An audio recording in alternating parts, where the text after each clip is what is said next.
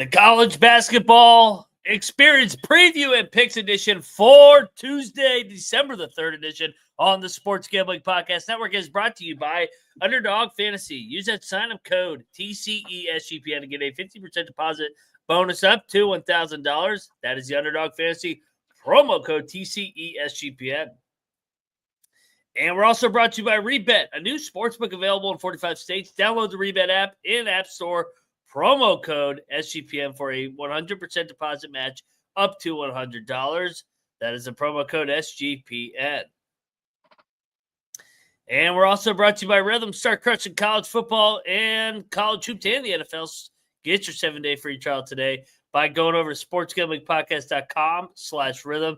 That is the sportsgamblingpodcast.com/RITHMM today.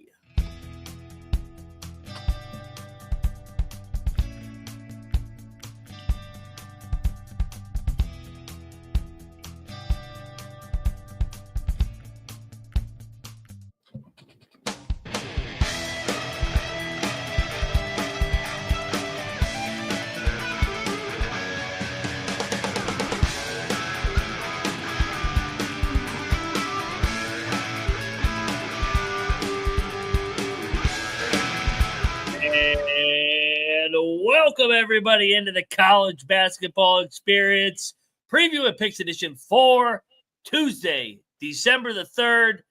It's going to be a quick recap. So the crowd that just loves picks, this is going to be your dream episode because we only got 12, 13 games to recap. Shout out to everybody in the chat, alive and well. The slate tomorrow is awesome. The slate on Wednesday is awesome. So can't wait to talk about it and much more. If you're wondering who you're listening to, Pick Dundee is over there at the main SGPN show talking college football. So make sure you don't go over there and you stay your ass here because college basketball is better than college football. High Moneyline Mac, though, a.k.a. the former video coordinator for Bob Huggins and Frank Martin.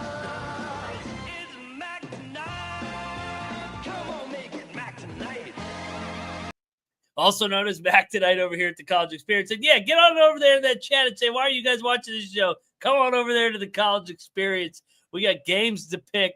And joining me, you guys know this guy. He's still living on cloud 9, trying to catch up on some sleep. He's talking about some scattered ass before the show. He was in Columbus celebrating his Michigan win. He is the window-banging, drywall-hanging, LeBaron driving, cocktail napkin having Noah Bieniek, a.k.a. Noah B77. What's up, bro? What's going on, Mac? And yeah, I love how the chat's giving Dundee shit, calling him a part-time. They're calling him a part-time employee. And also, where was this one? The on time means no Dundee. That's so good. But yeah, I mean, he works the entire summer, the entire fall, looking forward to these next couple of weeks in the college football season. I'll cut him a little bit of slack because if it was college baseball, it's the same way for me. Come conference tournament time and postseason, I want to be locked in as much as possible. SGP, the mothership, doing a college football pick show. He's over there, and he'll be joining us tomorrow for what is going to be the biggest college basketball slate that was advertised in the preseason. Can't wait for that one tomorrow. He will be there, but we're only recapping 12 games. We're only picking 45. It's going to be a fire slate, but we tried our hardest to get him out of the show, but it would have been 4 shows in a day, and part-time Dundee just didn't want to stay up till 2:30 and start the show then. He was also looking after you guys and us too with that decision. But yeah, I mean, let's start off the recap because this day quick, did not. If you're wondering why I have a smile and a little twinkle in my eye, it's the reality that I know I will be in my bed by 2:00 tonight. That is the earliest I have gone to bed the entire season. And after going to bed at 6 a.m., 5 a.m., 6 a.m., the entire feast week, it's nice to be able to go to bed at 2:00. So thank you, college basketball, for having a late slate tonight so we don't have to recap that much. And then we can just look to this. But Yeah, I'm looking forward to going to bed at 2 a.m. Is that too much to ask? These are my type of slates too, before we get to even recapping it. But Yes. like these nice little 20-game slates is so easy and digestible that I'm like, hell yeah, I'm ready to attack the next day as well. Like you just kind of you zoom through kind of whatever game you didn't catch too much of, because I've only got 3 screens and whatnot. Is do your best to monitor, and there's not nearly as many games to monitor, so I feel like I am a lot more efficient. Game 1, because I don't think this slate necessarily treated us that great today. And shout out to Gustavo Gonzalez saying, "Let's go Birds. Love you guys. Keep killing it. We love you, Gustavo." Yeah, game 1, I was on the right side with the Hoyas. They win 86-62 against UMBC.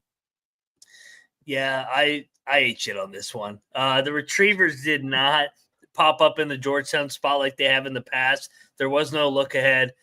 UMBC's game plan just sucked. I thought maybe they would slow it down a little bit. They tried to run the entire game with Georgetown, and eventually they just ran out of bodies, and then they kind of once they went down 15, they just laid down. So shout out to the Hoyas, 7-1. Somebody tweeted at me, how good are they? I don't really know. I mean, they're 7-1 in their only game against really a power light schedule.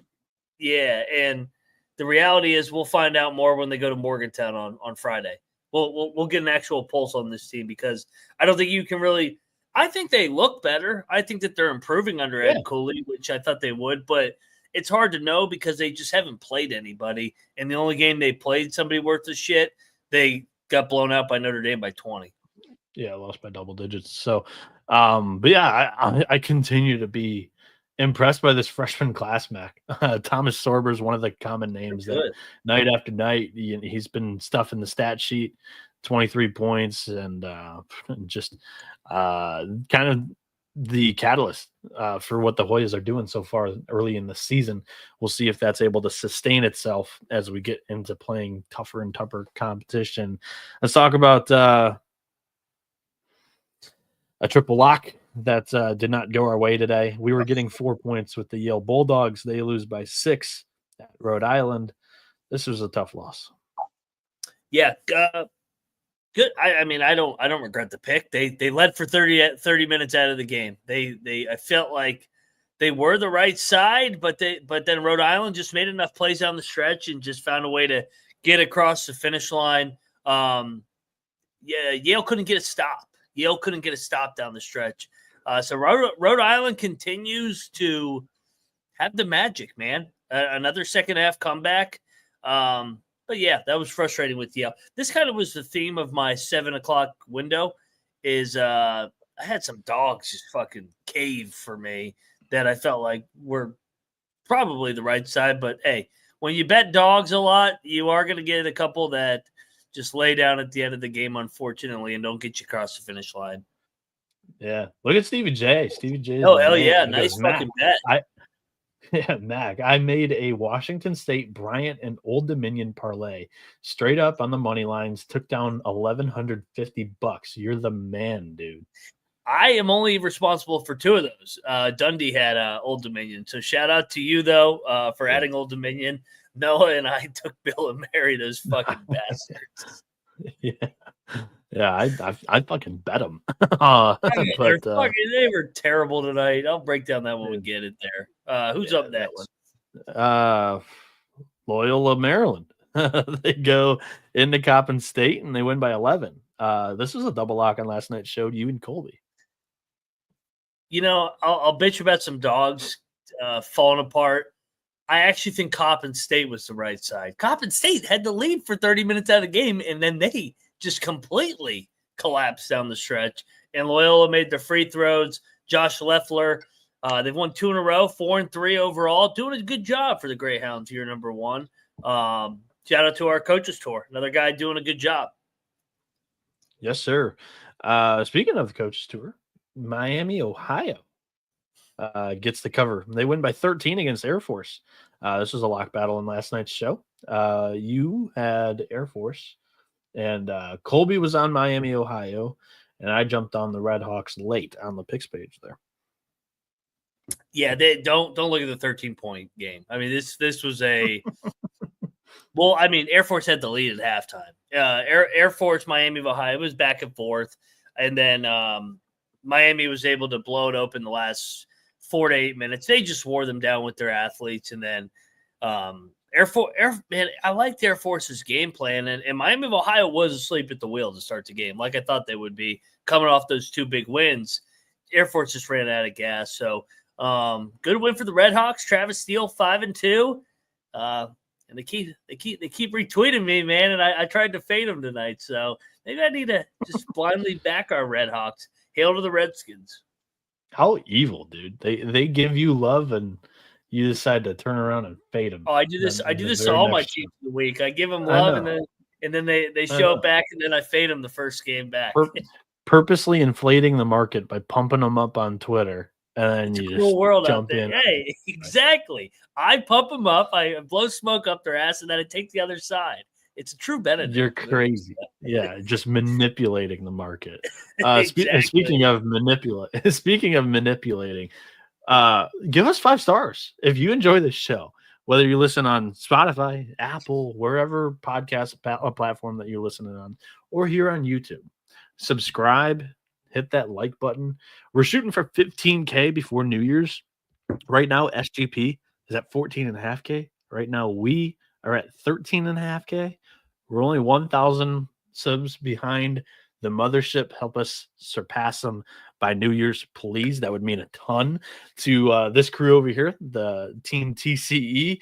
But also download the SGPN app because we're all one family and you can get easy access to all of our shows, the Sports Gambling Podcast Network, and all of our picks pages. It's free wherever you get your apps in the App Store.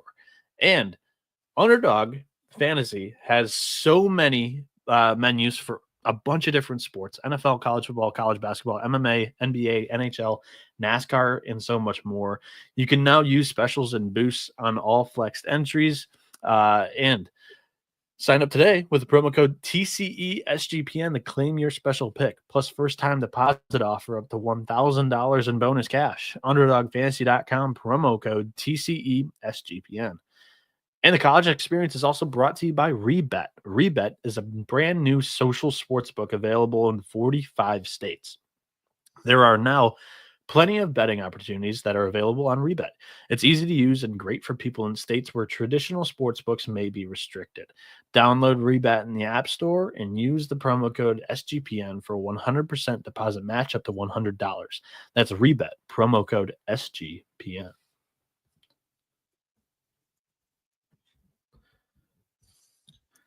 And we're back here on the College Basketball Experience, recapping the December 2nd college basketball action. Myself, Noah Bieniek, joined alongside my co-host and friend here, Ryan McIntyre, a.k.a. Moneyline Mac. And let's talk about a double lock that came through. Bryant goes into Philly, wins outright 78-73 over the Drexel Dragons. Yeah, I was going to break something if they blew this 15-point lead midway through the second half. Drexel got it all the way down to 1 or 2. I think they even tied it at one point. But Bryant, Phil Martelli Jr., his dad was there at the game. Definitely a get-up spot personally for him.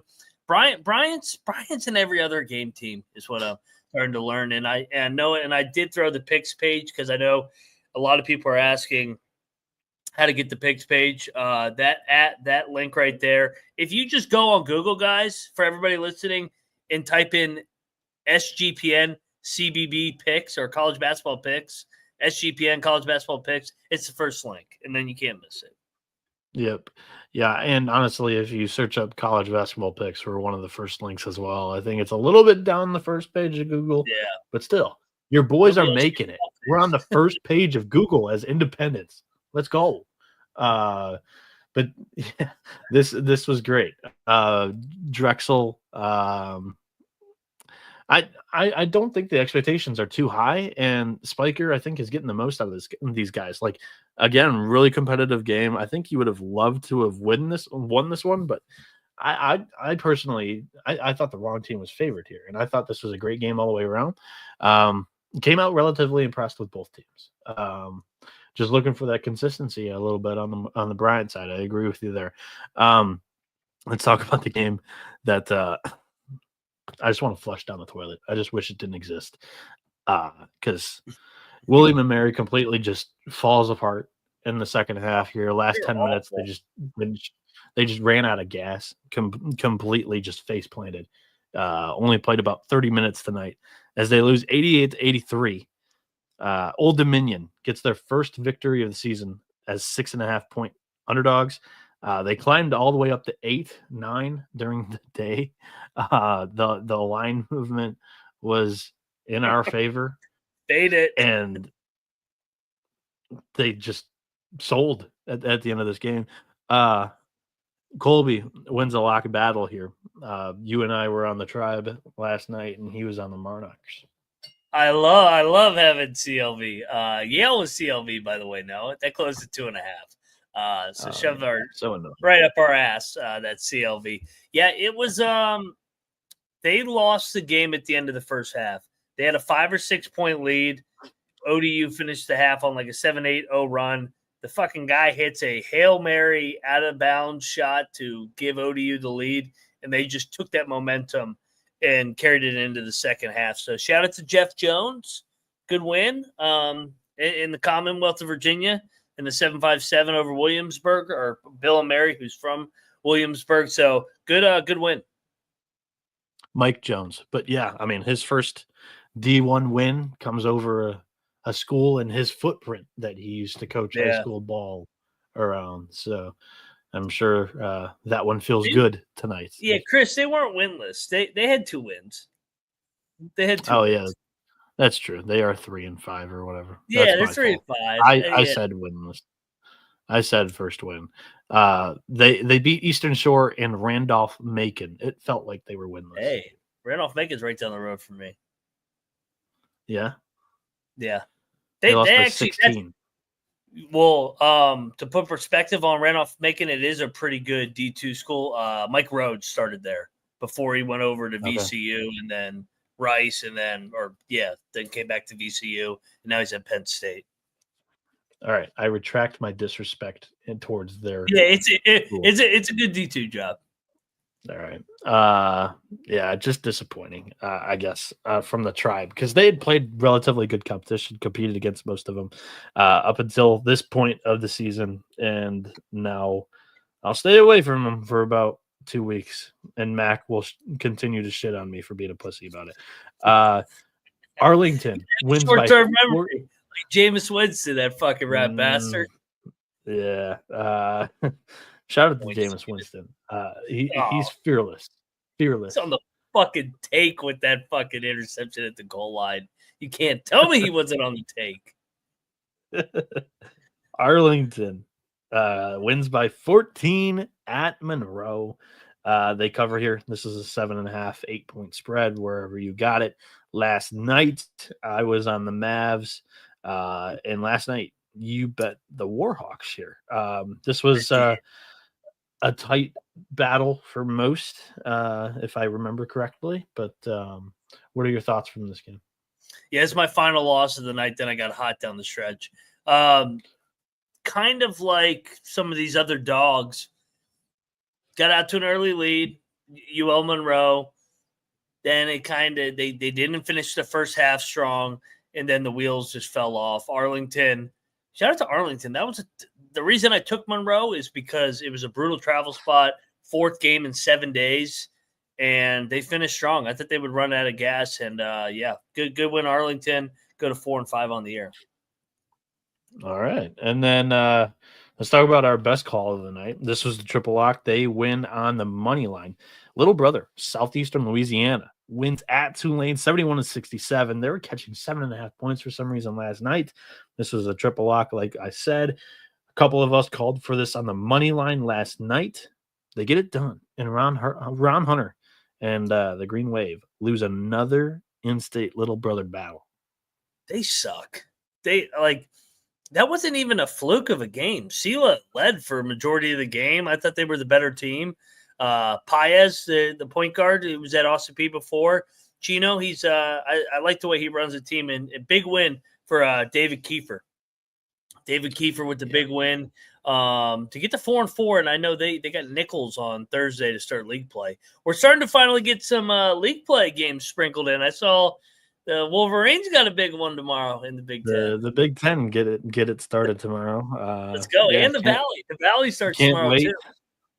The Big Ten absolutely fucked Michigan in their strength of schedule, for what it's worth. But can't wait for the season to get started here. 2 games against Purdue, 2 games against Michigan State, and 2 games against Rutgers. It's like the toughest, double I set you up for of that one, games didn't I? in the league. Yeah, it's annoying. And then we go to Kohl Center. I think we go to Carver. We go to State Farm. It's like, are you fucking kidding me? I'll get off. I'll not going down that path. Nobody cares. Imbalanced scheduling is the worst part about conference realignment. St. Louis. Why were they laying a 19 last night? This was the if you looked at both schedules here, this was a tough handicap for myself. I didn't jump in on this to pick it, but this was the weakest opponent that Jackson State or the weakest opponent that St. Louis had played all season.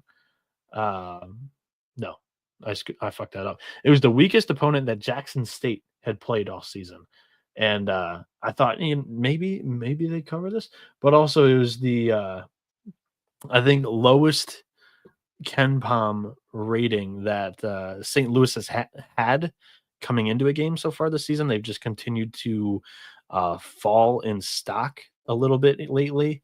And also Jackson State was the first team in the 300s that they had played. So it was a weird line. I didn't really know how to gauge it too well, but I felt like 19 was just too high. I thought it smelled, so I jumped on the Billikens. Maybe they were going to blow them out because Jackson State, 10th straight road game or whatever it was. No, they really competed in this one. We both had Jackson State being one of the better teams in the SWAC this year. It's just because of the world tour that they play. Some of the lines are going to look a little bit crazy, and I just gotta not be afraid to pull that trigger there. Jimerson puts up 21. Robbie Avila plays tonight, put up 15. Isaiah Swope 18 and 7 with 5 rebounds. Excellent day from the power trio of St. Louis. But are you concerned at all that this was a close lead? They were losing by 11 in the first half. Yeah, they were getting their ass kicked. I did the college football show with Colby, the bracketology one, and we were talking about it before. I'm like, God damn, Jackson State is taking it to St. Louis. So, yeah, a little bit. But this is kind of the sleepy spot time of year for these bigger lines, I guess. But I don't know. They've looked better. They've won 3 in a row. I think that they're still trying to find themselves. I know everybody just thought it would be Indiana State all over again with Schertz and Avila coming over, but it's going to take time. Yep. What's going to take time is this new regime at Chicago State. I know they promoted from within, but they get drilled tonight. They give them 98 points to the Tommies. 98-76 win for St. Thomas. I wish Chicago State was better because this was an awesome brand game, like TCE. These are both team TCE squads that we heavily root for throughout the entire year. But the Tommies made this one pretty much no contest. Yeah. It's well, they covered against Wisconsin on Saturday. They had actually covered 2 in a row. But the Tommies are good at home. I'm kind of kicking myself I didn't bet them, but it was a big number. And holy shit, Pacific gave Colorado a run for their money today. And then they almost didn't cover. Good God. They lose by 9. They covered pretty comfortably at the end, but they were winning by 14 in the first half, if I remember correctly. They had opened this thing up, and Colorado just started a little slow. But figured it out. I don't know that they outscored them in the second half. It was, I think, 46-28. So tough there for Dave Smart's Tigers, but this is another one of those teams that are really improved from last year. Yeah, it's Pacific, like you said, and honestly, Colorado's looked good too. I know they kind of went through the motions tonight, but they were off of Maui. That was an easy handicap spot. Yeah, I like this young group, and Tad does a good job of getting more out of less, rather than less out of what's supposed to be NBA guys. So, yeah. All right, Mac. If you were to pick up a basketball now and head into a gym, how rusty you think you would be with your shot? Not as rusty as Nevada was tonight off 10 Holy days. fuck. They could go to the ocean. I was like, oh, man, they are not taking anything. Do you see the halftime splits in this one? No, they were like, They were like 1 for 15 from 3. Yeah. They made like 3 total field goals in the entire first half. Nevada entering this game was like top 3 in the country from 3-point range. One of the best offenses in the entire country. But this one, I think from the get-go, it was too many points. I didn't pull the trigger because I still respected Nevada, and maybe it's always rust versus rust. Which way is it going to go? It depends for different teams. But they got drilled in the bat cave today. Oh, it's hard to win a game when you go 4 for 20 from 3, like you said, and the other team makes 12 threes. I mean, that's 24 points of differential. So, and then Nevada didn't get to the foul line either. So, like, Nevada had a hard time all night manufacturing points, and David Riley can coach. He did a great job at E-Dub, doing a good job at Wazoo, 7-2. That's a big time win. And what was Nevada in the net? I did a net reaction show earlier. I don't know, but Washington State, Cedric Coward didn't even play for him. One of their leading scorers. 32 in the net. It'll go down a little bit after this one. Oh, that's coming way down. WCC gets a good bump up here though, because yes, people doing work in that conference outside of Gonzaga. St. Mary's winning a couple of high major games. Washington State gets this one done. Nevada, are we concerned? No. They just did a big shot tonight. Yeah, I was gonna ask it, and I was like, that's a little bit of a stretch. Just too many days off. Yeah, and what did they just do? They just came back from Charleston. They went 2-1 in the event. They beat Oklahoma State. They beat VCU. Their only losses to Vanderbilt by 2 points. I'm not panicking. The championship game, so. Yeah, I still think Nevada's a NCAA tournament team. Tonight was just a bad loss, but they didn't do themselves any favors, kind of losing by double digits. It would have been nice. You can't, and I keep saying this when I did the net show. On their home floor. You can't lose at home, and you can't lose at home by double digits. That absolutely destroys your fucking net and kills all your metrics when you get to March. So this is going to be one that Nevada's going to have to really nut up here and kind of grind out another win or two in the Mountain West. They've only really got 1 or 2 more opportunities to fix it. They get another kind of middle of the road WCC team coming to town, and actually they go to Loyola, Maryland, Marymount. Sorry, not Maryland. But the big one is South Dakota State. That could be an NCAA tournament team. That'll move the needle on a resume, saying that your record against tournament teams are now 7-6 instead of 6-6 or whatever. But yeah, I mean, kind of running out of opportunities in the non-con, and the wheels. There's maybe a squeaky wheel on this resume now. We'll see how well Washington State holds up in the WCC. They will be rooting hard for the Cougars to not drop any games to like a Pepperdine or I don't know, a Pepperdine. Yeah, I got Nevada, the Nevada game. I'm still on the Mountain West Network and on my TV in the background. And I just see Alford in his press conference looking defeated. I just think of Colby. he was buying in Alford. We had a meeting in the desert. Yeah, did you fucking talk about going 4 for 1,000 from 3? All right, dude. Game balls. Where are you gonna go for tonight's slate? We didn't see too many upsets, but we saw a couple of them. Go ahead and lead us off. We'll go right back to that game. Give Wazoo a game ball. I talked about Nevada's net. They were 8 or 32.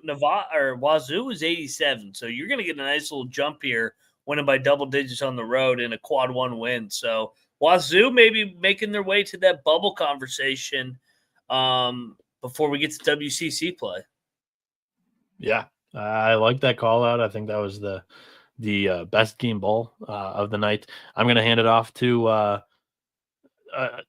probably my number 2, Southeastern Louisiana, going into Tulane and winning outright against a Green Wave, cashing a triple lock and a money line bet for myself, getting myself around a 500 night. I had a losing night, but the money line surely helped. I went 2 and 3 with a money line hit there for the night. Thank you to Southeastern Louisiana. Mac, your second game ball. Yeah, I went 5 and 5 on the night, and what team that really got me going was Bryant. That's a game ball to Phil Martelli Jr., just because I know how much that game means to him and his dad, being beat in the city of Philadelphia where he grew up. So get a win at Drexel. Great win. Good shout. I'm going to hand one off to Mike Jones and Old Dominion. They get a win against William and Mary here. Good W in the backyard there. Nice little in-state battle. Monarchs game ball. All right, my game ball, we'll give it to all the squares that just bet on the team because they were 7-0 coming into the night. Now they're 8-0. Rhode Island, dude, 8-0. Archie Miller, got Providence on Saturday. Nice little regionality there. Let's go Rhode Island. Ram it. I like the backhanded slap there. Everybody kept saying, "How can you bet against Rhode Island? They're 7-0." I'm like, "Oh my god! Like really? Like how long have you watched this show? You know I'm gonna take the other side on that." Hey, it came through.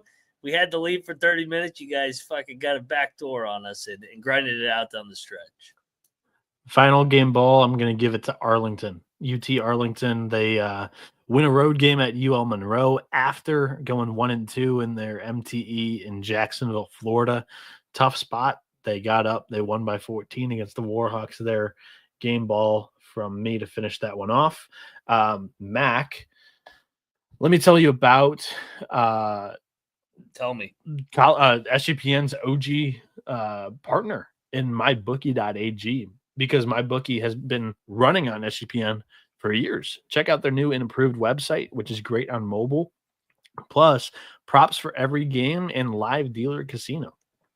Even new early cash out options. Head to mybookie.ag, promo code SGPN for a 100% deposit match up to $1,000 plus a $10 casino chip. That's mybookie.ag, promo code SGPN. And SGPN's proud partner, Rhythm, is the #1 AI-powered sports betting platform that helps provide bettors of all levels the ability to build custom predictive betting models in seconds and get predictions for betting on money lines, spreads, totals, and props. Build your own model, copy one of the top-performing ones from the leaderboard, and Rhythm will build a model for you with stats and plethora of information to help you be confident. Now you can track props in the Rhythm app and NFL picks, NFL props, college football, college basketball, NBA. Rhythm has models for it all. Claim your 7-day free trial today by going to sportsgamblingpodcast.com/rhythm. That's sportsgamblingpodcast.com/RITHMM.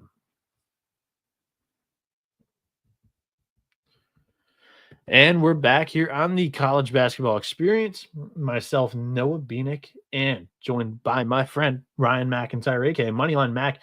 Let's get into the picks for a great Tuesday slate, December 3rd. We get into very interesting conference battles. Mac, you did a show today talking about top 25 rankings, the Moneyline Mac top 25, but also the net released today. And I think a lot of conferences, maybe some conferences, saw some wake-up calls in the net rankings. Mac, before we get into this, I mean, we were talking offline a little bit. Is there like a one game, holy shit, we got to fix this bump? Because all of these teams are kind of getting an opportunity to make a little bit of a statement. Which teams, which conferences do you think need to make the most statements?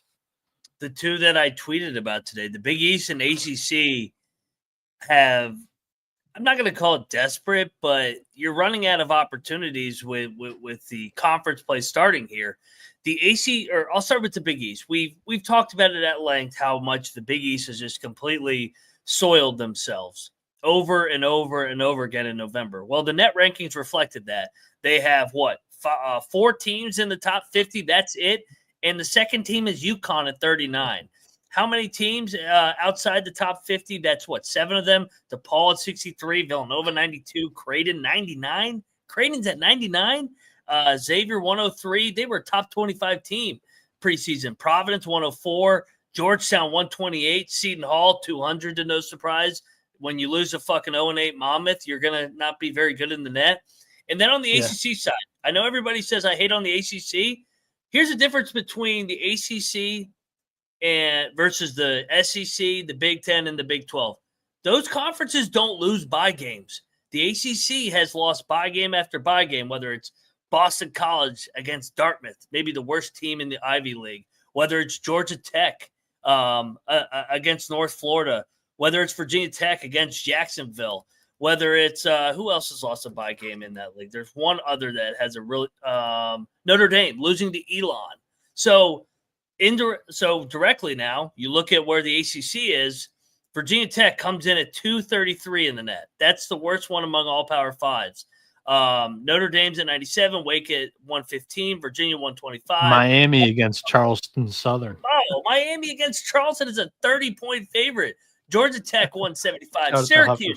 Syracuse might as well have lost a bye game. They win in overtime against all these fucking bye games. They're 177. Miami 191. Virginia Tech 233. So my point is, when we get to Selection Sunday, ACC, don't be fucking tweeting at me that you guys got screwed when you dropped. I just named 5 bye games off the top of my head, and 4 out of the top 5 high majors that are outside the outside the top 150 in the net come from the ACC. Seton Hall being the exception. So now here's the other side of it. You get a crack at the 2 best leagues, SEC and Big 12. So it's kind of a get-up spot in my opinion, where, hey man, we gotta change the narrative on our league like ASAP, or otherwise we're going to be a 3 to 4 bid league if we're lucky at this point. I know the ACC's in a better state because they have some wins up top with Duke, Carolina, Pitt, Clemson, but outside of that, it gets a little shaky because what we know from the ACC, just ask Wake Forest, they're going to lose games to those teams that have lost some bye games. It's happened the last 3 to 4 years. Ask Wake Forest. You beat Duke. All you got to do is beat Notre Dame and Georgia Tech. What do? You drop all of them, and then you lose to Boston College ball team. So, look at Notre Dame last year. They were terrible in the non-conference. They had a bunch of youth on that team, but they got hot at the end of the year. They were playing their best basketball, but it doesn't matter because they already kind of tainted their resume. They weren't getting in that large bid, but they were still improving throughout the year, playing with passion, knocking off really good teams, and it was ruining ACC resumes in the process. It's hilarious. So my point is, they have an opportunity though they get a crack at the 2 best leagues, the SEC and Big 12. Yeah, and I love Resume Mac diving into this shit. I like it. He used to shit on me for being the nerd in all the resume stuff, but now he's really taking a liking to it, and I think he's coming along, and I like it. Well, that means I have to bet on the ACC tomorrow, right? Oh God, against the ACC. If we're throwing the old get up spot for the entire conference, maybe. Yeah. And before we get to picking these games, because I mean, shit, for the next 3 days, these are some of the best games that you're going to see on network television. 1, but 2, just the quality of a lot of these games. They kind of went up and down the standings of, matching these things up pretty competitively. And I think it's going to be really fun. There are betting odds on these series for what it's worth. So I'm going to list them off now. We'll come back to this at the end of the show. And if we kind of remember who we picked throughout day 1, we might touch on a couple of angles that we think about day 2 and day 3, who we think are probably going to win these conference challenges. The Big East Big 12 battle. The Big 12 is favored at -400 to win this thing. Big East +300. The Big East wins over under 4.5. The Big East finishing with less than 4.5 wins is -185, +150 if they get to 5 Ws. And then the Big 12 wins. If they win more than 6.5, it's -200. Under 6.5, it's +165. The ACC SEC Challenge, the first iteration of this, or actually, no, it's the second. Last year they tied. They went 8-8, I believe. SEC -400 to win this thing outright. ACC +700. A tie like last season was +600 for this year. The ACC's win total is 6.5. If they go over, it's +150. Under, -185. The SEC's win total is 9.5. Over, -200. Under, +165. You can find all of those propositions over on BetMGM. They've really kind of delivered when it comes to having some fun future prop markets for non-conference college basketball season. Let's jump into the picks. Enough rambling on here with prelude. The first game of the night, Delaware State against Delaware. In-state battle. The Blue Hens are laying 12. Totals 148.5. Mac, how do you divide the two teams? Is this too many points for a little border or in-state battle? Hell yeah, it's too many points. Last year, 11-point game. The year before that, 8 points. 11 points the year before that, 8 points the year before that. It's always around that 10-point mark. Give me Delaware State and the Hornets. Lock it up. Lock it up. You knew I was going to be sucker for this one. Delaware's red hot. Letdown spot here. Delaware State's going to pop up and play well here. This is a rivalry. Let's go. I'm not tailing you on this lock, but I Hornets, know you're not. I am taking the points. I am taking the points with the Hornets, but not getting down on it with you. That's for sure. The Hornets. Sting. There we go. What's their money line? You say? Plus 550. Yeah. Plus 590 over at FanDuel. I've got Tally Site in front of me. Hopefully it doesn't crash, but right now it's offering me some of the best prices around in the U.S. markets. And game number 2, I'm going to take you to a lock. Cincinnati heads to Villanova. The Bearcats are laying 3.5, and buddy, I got this at 2.5. It's gone up a point. Cocktail Napkin has Cincy -6. Why is this line so short? Well, it's just the first of many Courtney Love games of the day. And maybe it maybe goes to the fact that Mac and I were talking about the net for a lot of these Big East teams, a lot of these ACC teams were really, really low. But the market kind of respects them a little bit more than what they've actually done so far this season. So, Mac, how are you weighing this one? Are you going Team Big 12 or are you taking Villanova? So you're locking Cincinnati? I have already bet the Bearcats. Okay. I'm going to hold my nose. I'm going to take Villanova. I think this is a one-possession game. I think Villanova has actually quietly been playing better over the last couple of weeks. I thought that they blew that Maryland game. They dominated Penn. They dominated Rider. I think that they're slowly getting better. And this will be Cincinnati, in my opinion, Cincinnati's best test so far. I know everybody is out on Villanova. It is their best team that they've played. So I like that they've already played 2 road games, though. They played a road game at Little Brother Northern Kentucky. They pretty much controlled that thing throughout, and they drilled Georgia Tech in Atlanta. I'm not buying into this. I just think Courtney Love is here just to hang out. I don't think she's actually influencing this game at all. This is a lock battle, buddy.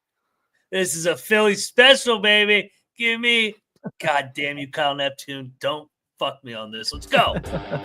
Battle in the Big 12. Going against my guys. Noah Bieniek on the Cincinnati Bearcats. I get 7-0. I'm on Villanova. 4-4 on the year. Only getting 3.5. What could go wrong? Yeah. Courtney Love is in the building. But Courtney Love is all over that game.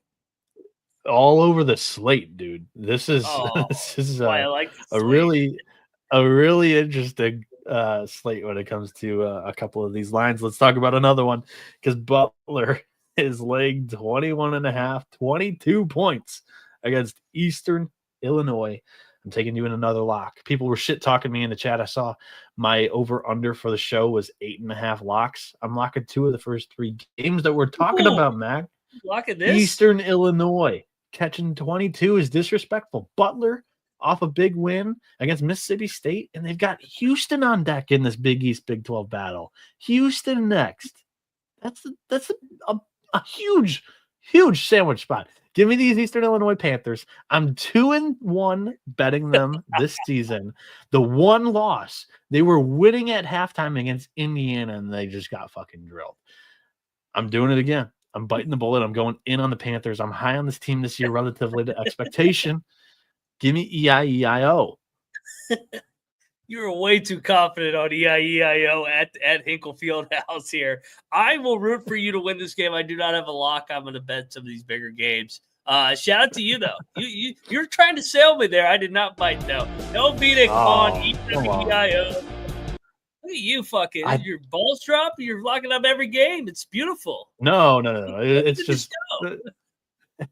just I loved those. I love the 6:30 slate here today. But we will get over 8.5 locks. I'm telling the chat right now. This is a great slate, and Courtney Love's all over it. Quite a few lines that don't make any sense. Do you like to dive into it, or do you like to sway away from Courtney? I like to sway away, or as I say, take value because it doesn't make any sense, and I'm getting a possession or more because it doesn't make sense. Typically, it's about 50-50. Sometimes it works. Sometimes it blows up in your face. What happened to you? You came back a new man. What's going on over there? No. This is how I normally am. Break it down, Courtney Love. If you like to stink, or if you sway, or you lean, whatever word you want to use. You brought it up. I was not jumping into that. I'm just saying, I'm acknowledging that there are a few lines that don't make any sense. This is one of them to me. I don't know why Eastern Illinois is catching 22 points against Butler. Butler has been playing better, but I don't think Butler should be laying 22 points. It's fair. Another team that some people just might have auto fade on now. Miami is catching 5.5 points, some spots 4.5 against Arkansas. The Hurricanes are hosting the Razorbacks. The almighty Calipari and his couple of NBA prospects are heading down to Coral Gables, aka South Beach. Mac, how much fun and extracurriculars could a couple of guys with big pockets, I would say, NIL, the Tyson chicken money, how much fun could they have on a road trip to Miami? Oh, a lot of fun. Do we have a status on Nigel Pack? Is he playing tomorrow? I would imagine they held some of these guys. I would imagine they held some of these guys out for this Arkansas game. He hasn't, morale-wise, Nigel Pack hasn't really impacted this team positively or negatively. I would actually lean more towards the latter in this. I have to tell you, this is like a close your eyes special definition. You just lose a bye game where you're a 25-point favorite, and now you're getting points at home against an overrated-ass Arkansas team. I'm locking Miami. They're going to win the game. This is a get-up spot for Jimmy Larrañaga. And fade Calipari is a favorite on the road. Distraction City here. I like how confident you are in this pick. I wish I was there with you. But I'm on the Canes. I'm going down with the ship. If there was ever a spot that you were going to play your best ball, it's after you were just humiliated by a team in the 300 KenPom, and it's with Arkansas coming to town. One of the biggest portal NIL classes this year. And Miami had been catching all the heat for the NIL and Life Wallet roster shit. Now it's their time to dish it back. I think they win the game outright. But do I want to jump into the mud on this one? No. Hey, remember, Calipari ran it up on Miami last year in the what was this? The ACC SEC Challenge when Miami went to Lexington. And I was on Kentucky, and they just absolutely boat raced them. And Miami was never the same. This is a get right revenge spot for Jimmy Larrañaga. Let's go, Canes. Interesting. Oh, whoa! It's McNeese. How do I always do that? There we go. Lock music. All right, finger happy over here. I'm locking up the Canes. Yeah. It's all about the U. Football's over. Time to get up and beat Calipari in Arkansas. All right, next up. I'm looking into the plus minus when Nigel Pack is on the floor versus off.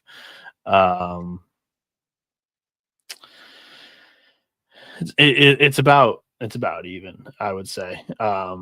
With them, they are in plus minus. He's a 14.6 plus. When he's not on the floor, it's plus 5. But I mean, when you're looking at the amount of time that he's off the floor versus on, there's not enough for that stat to really come into play 7 games in. I'm just telling you, I don't think the impact is much positive or negative there. The next game here doesn't play. They have enough dudes talent-wise. Talent's not the issue at Miami. They have enough dudes. No. And I think Arkansas would be a game that they get up for. I don't think that they've completely quit yet. They're trending that way. It doesn't look good, but a Calipari Arkansas team is the kind of team you come in and you actually pop up and go. I agree with you. That's why I'm on the Canes, but not quite crossing the finish line and placing a bet on a team that that looks a little on the more lifeless side here. You want to know another one that you probably have to plug your nose to play? Presbyterian minus 5.5 at Florida A&M. The Rattlers are hosting their first D1 game of the season. Presbyterian off the loss. They looked incredible for MTE in Texas. Look like world beaters so far this season, Presbyterian does. Mac, how are you handicapping this game? What if I told you FAMU's covered 4 in a row? It doesn't mean much to me. They've been getting drilled, but they've been covered. Yes, they've been covering these numbers. Back at home here, last year, they won at Presbyterian. I think I'm going to do it. Presbyterian's a little bit better this year. They are off the loss. That is the only thing that I am a little concerned about. But, man, I think Florida A&M is going to get it here. I think that they're due for a win, kind of like Old Dominion was. They've been getting beat up by the bye games. I'm not going to look too much into it. Like I said, they've been covering. Now they finally get a home game and they get a crack at the Blue Hose. I think the Blue Hose are overvalued. Give me a FAMU. All right. I'm on the Blue Hose here. I'm not pulling the trigger on this one, only because I don't know what to make of Florida A&M so far. TCU, SMU, Maryland, Florida, and Clemson. 5 games in the Division I level. They've gotten drilled by 20+ in all of them, but this is the first one where they're actually playing somebody that they can trade some blows with, and I'm interested to see how this one goes. I don't think FAMU is very good this season. I had them in the bottom 3 of my SWAC power ratings. I'm going Blue Hose. The next game here is Brown. I got to keep it going. I'm locking FAMU all over them. They're winning this game outright. Let's go. And Christopher, I don't believe in really comparing results. I try not to as much as possible comparing results from year to year. Teams and rosters change legit every single season. Transfer portal is batshit crazy. Teams like Florida A&M and Presbyterian lose their best players to mid-majors, and they bring in junior college and D2 and D3 players to backfill them. I just think it's a little bit of horse pucky to fully base a handicap on priors. Brown travels to Vermont, where Vermont has looked like a different team at Patrick Gymnasium so far this season. On the road or neutral games, I think they're 1-4. At home, they're undefeated. Mac, your thoughts? Yeah, it's kind of a short number, I think. I think I'm going to stay away from this game. If I had to make a pick, I think I would lay it with Vermont. I think they pull away late, but no bet here. Yeah, I'm going to go Catamounts here. I think it's a shorter line than it should be. But even in their home games, they've had some tight ones. Only a 4-point win to Northeastern there. Only a 4-point win to Delaware there. I think this Vermont team is much better than the way they've been playing so far this season. Shamir Bogues, TJ Long, Nick Fiorillo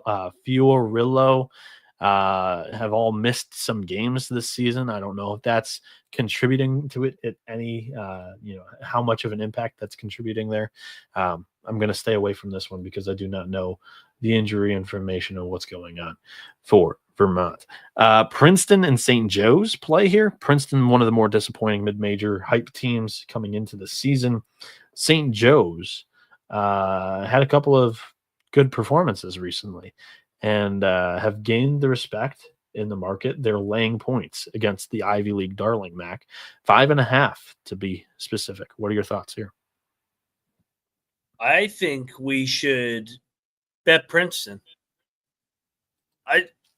I mean, I know that St. Joe's, everybody's in love with them, 5-2. They had a strong showing at Brooklyn, but I think that's overvaluing their number right here. I like Princeton a lot here.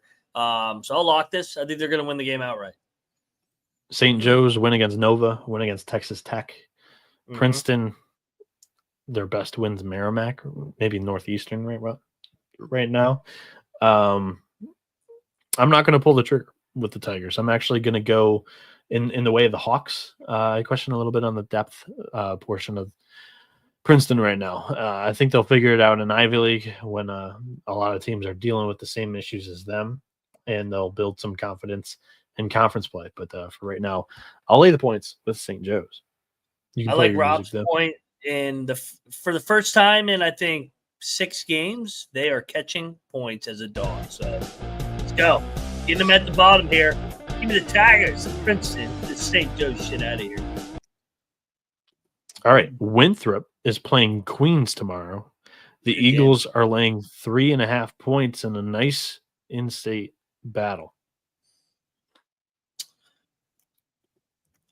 I was thinking of taking Queens here as a home dog. Sorry, this is regional. Both Carolinas, but not in-state. Yeah, I'm trying to see. Last year they played 6-point game. I think it's going to be a tight game. So if I had to make a bet here, I would take the points. This is Queens' only second home game of the year. They beat Upstate. Winthrop, on the other hand, they've been playing good ball, but I think it's a nice spot for Queens to catch them. Yeah, and they're 0-2 on the road so far this season. They lost to Virginia Tech, who has not looked good this season. They also got drilled against Louisville. I don't think either of those two are very translative to Queens on the road here, but so far have not looked great on the road, I'll say. So I'm not going to play this. I think it's another short line. I'm going to be on Winthrop, but I'm not pulling the trigger with the Eagles here. Let's talk about a game that Colby might be at tomorrow. He has stated that there's a couple of games that he's looking to eye for this midweek. Wilmington and East Carolina in Greenville is a game that he has his eye on. Are we surprised? No, not really. No. He's already gone to a Wilmington game this season, and it's Greenville. He's going to try to mosey his way on up there a couple of times this season. And I think this is a great excuse for him to head to ECU. They are laying 4.5, 5.5 in some spots against these Seahawks. Is the wrong team favored? No, I think East Carolina's earned a little bit of respect just by taking care of business. But Wilmington won 2 really good games in their home MTE. They now hit their road. I don't love the spot. Give me Wilmington. I'm not going to bet this one. Chat's asking if I bet Queens. Queens fringe lock. I have not decided. They may be on my graphics. So check the picks page, check my Twitter, whatever we're calling it now. But I don't. I just want to watch this Wilmington game. I think you do make a good point that they are off a couple big wins. It could be a little bit of a letdown, but I think East Carolina is not as good as their 7-1 record either. I don't think it's a very strong record. I think George Mason's a nice win, but outside of that, there's some calories that I don't know whether or not they're good calories yet on that resume. We'll find out as we move along through the season. I'm going to lay the points. I think the little road trip and spot trips up Wilmington here. I'll give it to the Pirates. Let's talk about this game I was so excited for in the preseason. I still am excited for it, but on a loaded slate like this, I don't necessarily know if it's going to make like the TV rotation that I plan out now. It's kind of lost a little bit of its luster with Santa Clara being really, really inconsistent right now. Yeah. McNeese hosts the Broncos. The Pokes are laying 4.5, 5.5 in most spots against Santa Clara here. Our guy Will Wade up against Herb Sendek. Mac, who are you taking in this one? Everybody's saying I'm taking all the dogs, not here. Lock, McNeese. I'm not fading them when they get somebody that's a high, not a high big name coming to them, but Santa Clara's a step up in terms of bragging rights here. Coming down to Lake Charles, I think McNeese puts it on them and opens it up. So I'll lock up McNeese.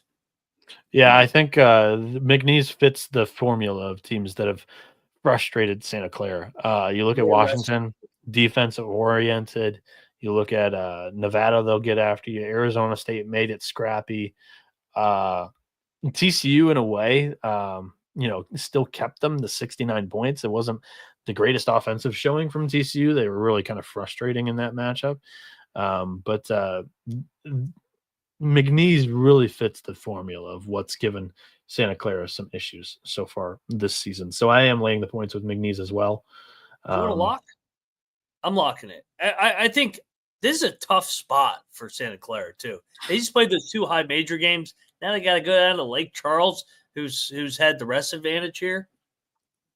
Yeah, but I still think, like, coming off of 2 high major games, McNeese is like one of the biggest games on the schedule still. I don't know if you circle it, but this is one that you're not going to sleepwalk through or allow yourself to really kind of, I don't know. What's up? I was saying guns Pokes. up. Guns Go up. Pokes. Yeah, I'm not going to pull the trigger here. I still think Santa Clara has the talent to get up for this one. It is a strong Too inconsistent. David. I think I'd take it. He changed his avatar here. As a Detroit Lions fan, I feel you did. The paper bag over the head. That's too good. All right, Mac. No, hey, Mike's saying, what's the last time McNeese won a bet? McNeese has covered 3 out of the last 4. The only game that they beat North Texas, they beat Illinois State, they beat the shit out of Longwood, they lost to Liberty in the final, and they covered against Alabama. They've covered almost every game outside of the opener against South Dakota State. Everybody is so good. The market was really sensitive to the outright loss and a virtual home game for South Dakota State that they never really trailed in. We're learning as we go along that the Jackrabbits are just going to keep churning out really good players. Yeah. And they climbed all the way to like -10 opening night. They lose by 17 points worth of margin. Everybody was pissed off. They were ripping us because we called it a triple lock on our show. And all they've done is go 4-1 against the spread in the last 5 games that they've played. McNeese is a legit freaking team. And they're going to continue to root for South Dakota State because if they climb into the top 100 in compound, that turns into a Q2 loss instead of a Q3. And all of a sudden, McNeese might have the outside chance of an at-large resume if they take care of business against Santa Clara and then they win that Mississippi State game that's coming down the road here. Let's talk about the next game, though, Mac. I'm going to bet this one. This is another one of these Courtney Love games that I'm talking about. Why is St. Peter's the underdog against Duquesne? Duquesne started finding something. Don't tell me you're taking St. Peter's on the road. Oh, I'm locking it up. They won their last. So Duquesne won their first game of the season against Old Dominion in Cayman Islands. That was the final game of their trip. They salvaged the vacation. They go 1-2. They're all fat and happy after the vacation. They get in a St. Peter's team that's going to completely suffocate them. This is the wrong team favored. Plus 4.5 is the line right now. Cocktail Napkin has it -1. The Peacocks go into Pittsburgh, and they make this a rock fight. They win it like 59-48. Battle. Give me Duquesne. Starting to back my Dukes, baby. They found something at the end of that trip. Now they're ready to go on a roll. 1-6. 9 points. Favorite system. You're on Duquesne, or I'm on Duquesne. You're on St. Pete's. Yeah, everybody's saying St. Peter's is so bad. Tell me what Duquesne's done to earn some respect here. Hey, they covered. I have no idea. I can't point it out to you. Lipscomb and Chattanooga is a very, very fun in-state battle here. The Bison playing the Mocs. Chattanooga is a 1.5-point favorite at home. Mac, your pick? Don't look now. The Mocs have won 5 in a row here. Lipscomb, I think, is the right side. They played last year, or they play every year. Lipscomb won 2 in a row in the series. I think they're the better team overall. I'm tempted to bet Lipscomb. I love that plus 1.5 line. Yeah, I'm playing. Or I'm not playing. I'm picking Lipscomb as well. I think that they're a better sum of all of their parts team. Chattanooga's got some really good parts, and I'm going to take the Bison here in this one. Asheville is a 13.5-point underdog at George Mason tomorrow. Mac, are you going in with this large line with the Patriots? No, I'm not. I'm not falling for this shit again. Mason has burned me whenever I tried to fade him on the big one. If I try and lay it with them, they fucking lose to Central Michigan. Give me Asheville, but the Big South sometimes can eat shit in these ball games, so no bet for me here. I'm staying away from this one. I think that's the correct angle. I am taking the points with Asheville, 13.5. Compound's got this thing at 10. So interesting action. Interesting action right now. But yeah, I'll take the 2. I think I'll take the points there. Northern Kentucky plays Akron tomorrow. The Zips are -6. You can get 6.5 over at FanDuel as well on this matchup. Really fun game. Mac, your analysis for this one. Yeah, so these two play.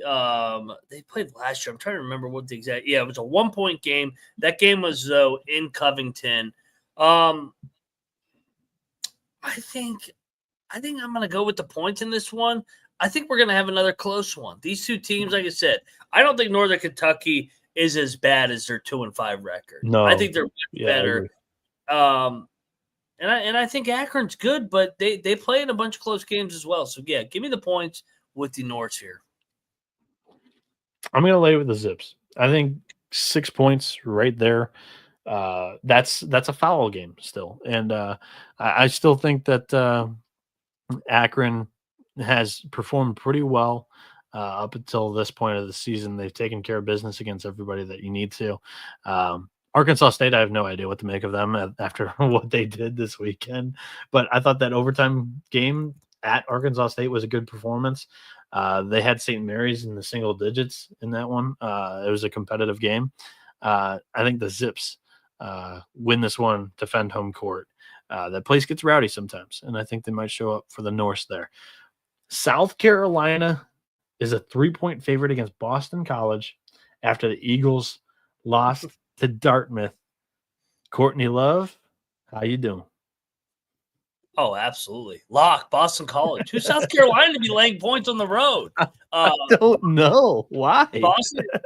Boston College had actually been playing pretty well before the Dartmouth game. And the Dartmouth game was a predictable predictable trap spot. Yeah. We were all over it.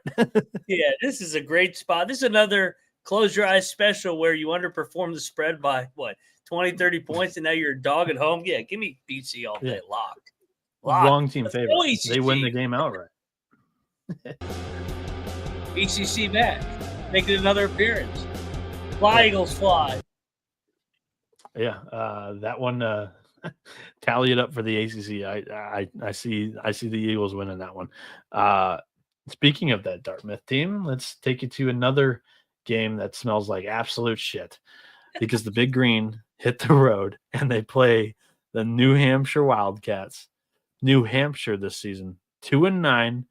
The 2 wins against UMass Boston, 99-69, and against Endicott, 78-64. They've lost 9 straight Division I games, but this one's at home. The one other home game that they played this season was just a 6-point loss to Fairfield, who has a really good defense. Dartmouth ain't that. Dartmouth ain't that. Dartmouth just dumped the Gatorade after winning against Boston College. This one, how you doing, Courtney Love? You have to lock this, Noah. You have to bet New Hampshire here. 100%. Dartmouth is arguably the worst team in the Ivy League.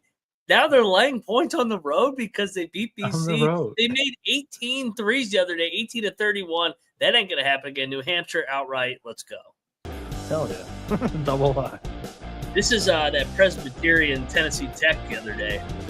They won all those games, and then they went to Cookville and just got the fucking house. Monty Pritchett says nothing smells quite like this game. It is penetrating.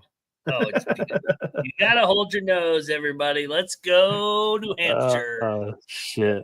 You want to know that this entire slate smells. I'm coughing as I dive into this one.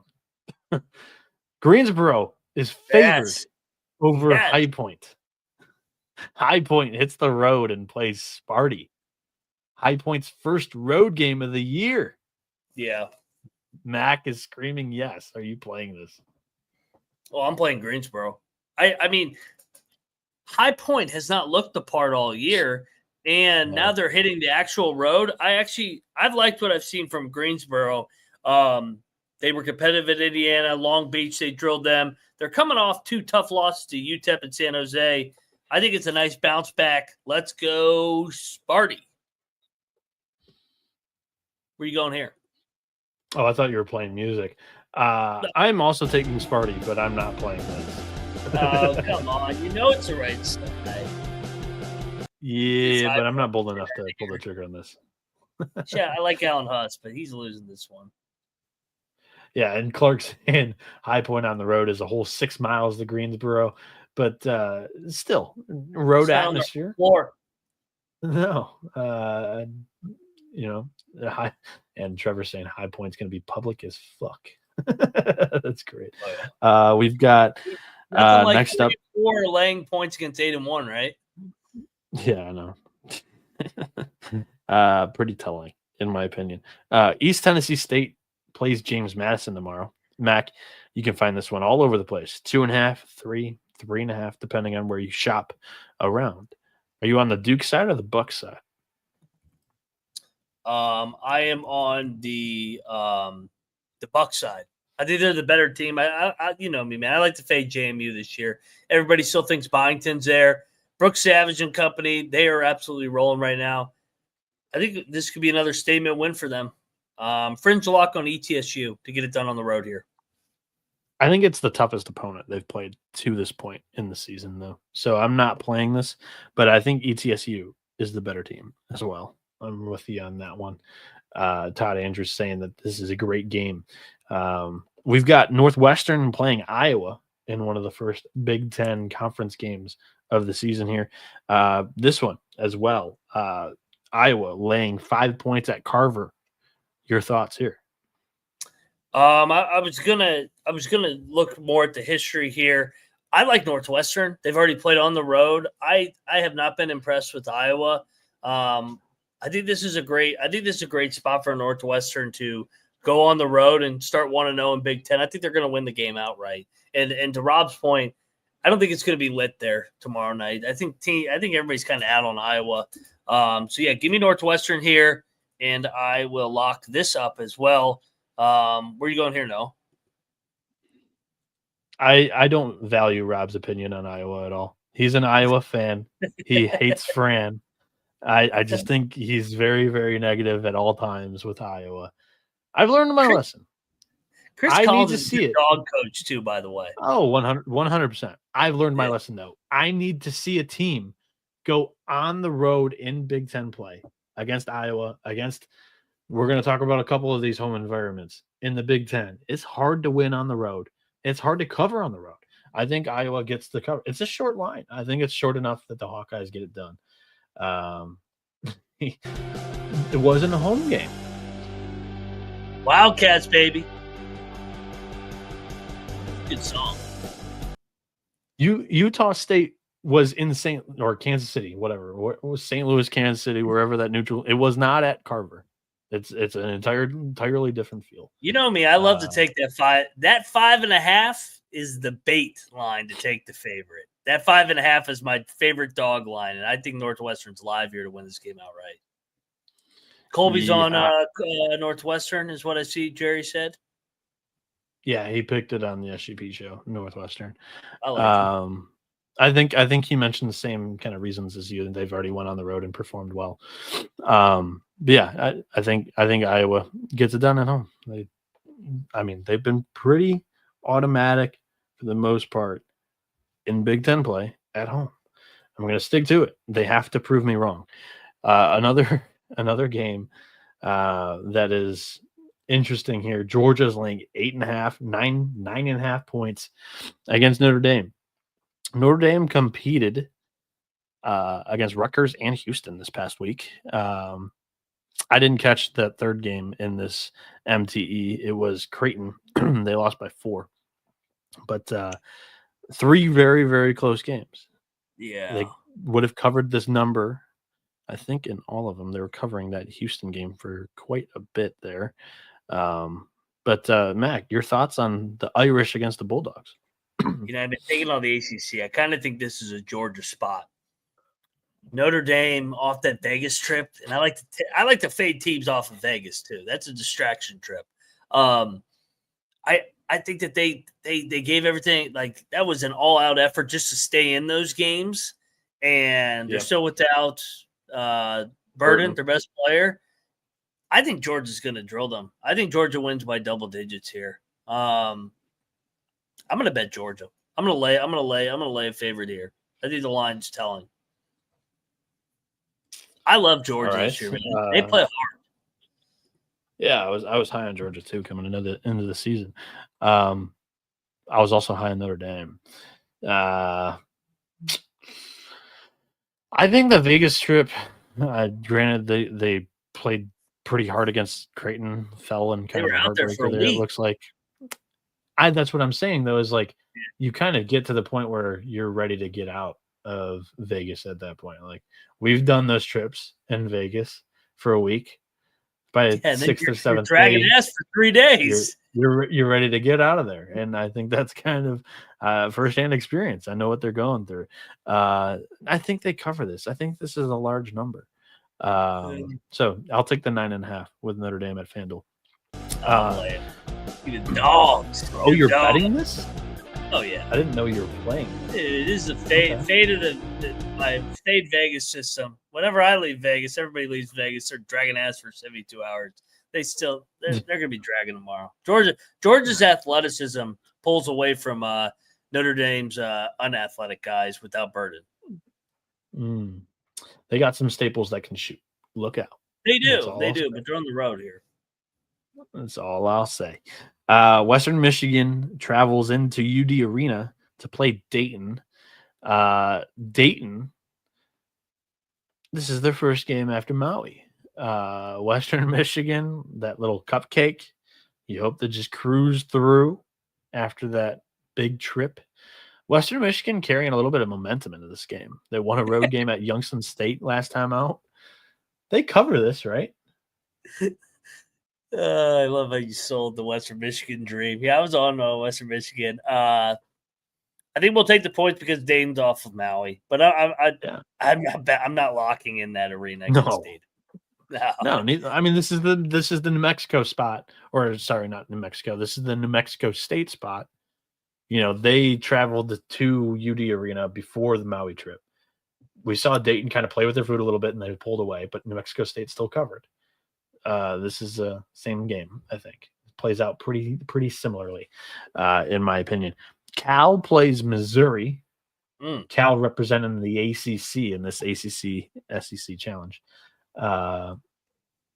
Como is going to be a little bit of a culture shock for Cal. There might be snow still on the ground here for these Golden Bears. Missouri laying 8.5 or 9 points out there. Your thoughts on the Golden Bears and Tigers? Is Cal live here? Missouri's got Kansas on deck, and we know what that Kansas game means to Missouri. Missouri's been playing Cupcake City after Cupcake City. Have they played anybody?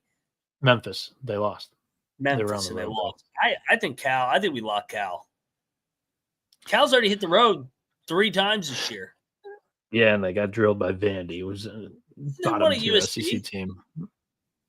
USC is way worse. That was without Madsen, though. That was without Madsen, their coach. You're right. But I still think that Como could be a little bit of a culture shock to Cal. I like Cal in this. I'm not going to play it. You're not going to get the push from me to lock Cal. All right, I'll fly solo. Give me the better coach. Take Dennis Gates season for me. Missouri looking ahead to Kansas. Ryan Hasty, Missouri played on the road game 1, but I see where you're coming from. A lot of home games until wherever January 4th it is. Damani, that's what I was saying. It's translative a little bit. They hit the road to a bottom tier Vanderbilt team. They got drilled. Now they're doing the same to a bottom tier Missouri team. I am not too optimistic about it. I think Cal is a solid team. I think they're underrated. I think Madsen's a good coach, but I'm not gonna play it. I don't like snow on the ground for a bunch of Cowboys. LaSalle plays Northeastern tomorrow. Team bonding in the hotel. Okay, whatever you want to call it, in the hotel. Yeah, my hockey tournaments, we used to play like mini sticks in the hotel for like 8 hours. That was our team bonding. What's their team bonding? Joining each other and eating some dinner and smoking watching film. We know what the fuck they're doing. Watching film. Watching film. Yeah, watching film. What the fuck they're doing out there in the fucking snowstorm, thunderstorm.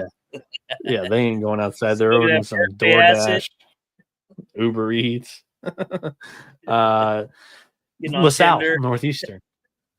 There you go. Yeah, ordering something in. From, DoorDashing. What else is fucking guys idiots doing? Who knows what they're doing? I don't even know them, and I'm calling them idiots. I wouldn't bet on Caleb Grill. No way he plays. No way he plays. Yeah, that looked a little rough. So I am not bullish on Grill appearing in this one. That was serious. Me too. Yeah, that was rough. That was not pretty. LaSalle plays Northeastern tomorrow. This is a tight line. The Huskies are laying 1. I think the wrong team's favored. Give me LaSalle. I think Northeastern's finally starting to come back down to earth a little bit after the 5-1 start. I like Fran Dunphy's team, man. Oh man, this is only Northeastern's second home game of the season. They won by 22 against Harvard the last time they played at home. I think this is one of the bigger home games that they've had or that they're going to have this season. One of 2 home games against an A10 program. I think Northeastern plays well. I think they win it. That's my pick. North Carolina A&T plays Hampton. Did you bet that last game? Sorry. LaSalle or fringe lock. I think I'm getting the better team, and I shouldn't say better coach. I think both coaches are awesome, but I think Dunphy gets them here. So the bed and breakfast are laying points against A&T. What are you doing in this one, bro? We should lock A&T. This is always a good fucking game. These two teams, every time they play, I do have it pulled up. The last 3 times they've played, it's been a 1-point game. A&T and Hampton. I think Terrell was on here talking about how much this game is wild year in and year out. I think A&T is going to win the game outright. Oh, I'm not playing this game. Hampton, the first year head coach, they've been a dog in every game, and now they're laying 6 points. No I agree. way. I'm taking the points, but I don't want any action in this. This game gets weird. Coward your whole life. Give me A&T live on the money line. It's a 1-point game every year in this rivalry. All right. Stetson plays South Florida tomorrow. Little brother against a bigger brother here. And the Hatters are getting 16 points against the Bulls. And South Florida is off of the Myrtle Beach Invitational. That was their last time out. They've had a full week off of basketball action. Rust versus rest. Mac, your thoughts? 16 points is quite a bit for a Stetson program that's been okay. They typically own the state of Florida. They won. They won last year at or no, was it 2 They years knock ago? off these Florida teams. They get up for these in-state battles. They only lost this year to Florida. Sorry. I said Donnie Jones gets them up. I'm tempted to bet Stetson here. It's a little brother angle, and like you mentioned, they beat Florida State. They beat USF. USF they got a lot of distractions. They're not very good. They beat UCF last year, Florida International last year. I think they were 3-0 against the state of Florida last year. 2023, they beat Florida State, South Florida, lost to Florida there, but beat North Florida. Like, they get up for the Sunshine State battles. I think it's too many points. Give me Stetson. That's a fringe lock for me. Check the picks page. Not because the cocktail napkin loves it or whatever, but interesting to see what happens in that spot for USF. Interesting year all around for the Bulls in a couple of these spots that they're going to need really good coaching. Army Lemoyne. The Knights are -1 on the road. I'm not going against Army and a pick him against Lemoyne. Give me Army. Yeah. No bet.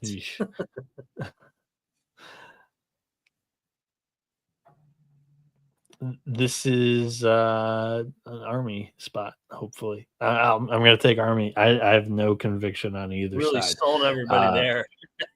Yeah, I don't know. Let's talk about Syracuse at Tennessee. Tennessee's laying 19 points. Holy fuck. How are you getting 19.5 points in a challenge game, Syracuse? What do we think? Tennessee's covered every game this year. Are they 7-0 against the spread? No.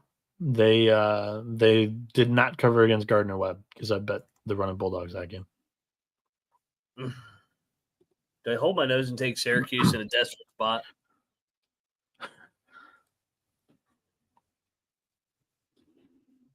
To Mason's credit, Syracuse does play up to their competition. If they're playing Tennessee Martin, they would win by 2. If they play Tennessee, I think they're going to lose by 12. Oh, you're really deep diving over there. Yeah, first road game of the season for Syracuse. I don't love it. Going into Knoxville is a different animal. So I'm locking up the orange. They're gonna lose by 12. Tennessee's had some time off. They've been ever since they got back from Atlantis. They had the UT Martin game that they backdoor covered. I think that they go through the motions and win by 10. Covered. They blew them the fuck out. Oh, bullshit. It was a 38-point line, and they covered for like a minute out of the game, and they were going through the absolute motions. I watched it. We're talking about a 38-point line, though. Yeah, against UT Martin. Trying to sugarcoat that like they barely covered the spread. They blew them the fuck out, and they didn't care about it the last 4 minutes of the game. It was fucking lucky. Yeah, Tennessee wins by 13, 12-13. Oh, I'm on the Vols. I think they put it on them. Tennessee's got some sneaky get up to them. They can put it on some of these teams this season, I think. So yeah, I'm going go big orange instead of just the orange. Go orange. Yeah. Charleston Southern. Hello, Courtney Love is laying 4.5 points against UT Martin, who just got fucked by Tennessee. Fucked up. This is the what was the other game that you're fucking bragging about your balls. By the way, last year they played in that Maui Classic and Syracuse only lost by 16. So we're gonna get a duplicate here. I'm taking UT Martin. UT Martin outright. You have to. Yes. You have to. Like, if you win as a 28-point underdog and you're laying points in next game, that is an auto fade. UT Martin. Yeah. And Martin came off the ass kicking by Tennessee. They have a week off of that. I'm not really worried about them being, a little bit fatigued of this. Martin's going to get up and beat the Bucks here in this game. Excellent spot. And this one's another one of those smelly lines that it's just very obvious that you have to jump in and play. So just remember, Charleston Southern was 1-7 before they beat Miami. They're still not a very good basketball team. Now they're laying points. No thank you. Skyhawks outright for me. Sam Houston heads in the Assembly Hall. Indiana's minus 12.5, minus 13. You can even get a 13.5 if you have a circa available in your state here. Dude, Indiana to me does not look impressive. This line reeks as well. This is like one of my least favorite lines. I feel like that 13 is like kind of a bait into trying to talk yourself into the dog. No bet for me. I will take Sam Houston just because I think Indiana's off of Atlantis. I think they're going through the motions. They got a big one on Saturday. No, it's actually they don't. But I'm fading the vibes of Indiana right now. But no bet. I'm not betting Sam Houston. The vibes are not great, but I'm actually going to lay the points with the Hoosiers here. Nice. They are back at home where they've taken care of business for most of the season this year against the spread, 3-1 at home. Sam Houston, when they've hit the road against good competition this year, they've gotten drilled. 16-point loss to Nevada, 39-point loss to Baylor, whatever that point is. I think it was 37-point loss. Sam Houston's got a really good defense, but the offense might be a little bit lacking when they play that better competition, in my opinion. So I'm actually going to lay the points with the Hoosiers. I think this one smells. I smell blowout and wake-up call to the Hoosiers here. Bradley and Southern Illinois kick off Missouri Valley Conference play. Yes. Excellent matchup here. Bradley on the road in Carbondale. Holy smokes. Lock. Salukis are +4. Salukis 1-0 in the Valley after tomorrow. New season. They've been chippy. They were chippy at home against North Dakota State in that opener. They blew the doors off of them. Bradley hitting the road after the successful MTE down there at Myrtle Beach. They did 10 play days off, a tomato. like Nevada. They did play a tomato can in between. They beat up on Judson. Yeah, they beat up on Judson, who's a NAIA school that's quite good at athletics. 107-41. No letdown spot for the Braves there. This is going to be a great freaking game, dude. Yep. Home dog, man. This place is going to be rocking in Carbondale. Yeah, I'm on the Salukis as well, but not going to play this. The one time that Bradley did hit the road this season, they lost by 17 to Washington State. So yeah, I got burned there. I'm not going to go to the Braves on the road again. Give me the Salukis in their home conference opener. Those are some spots that you love to tell. Oh yeah, home dog served the Valley. Fade Bradley on the road. Take him at home. Scott Nagy. Another Valley game.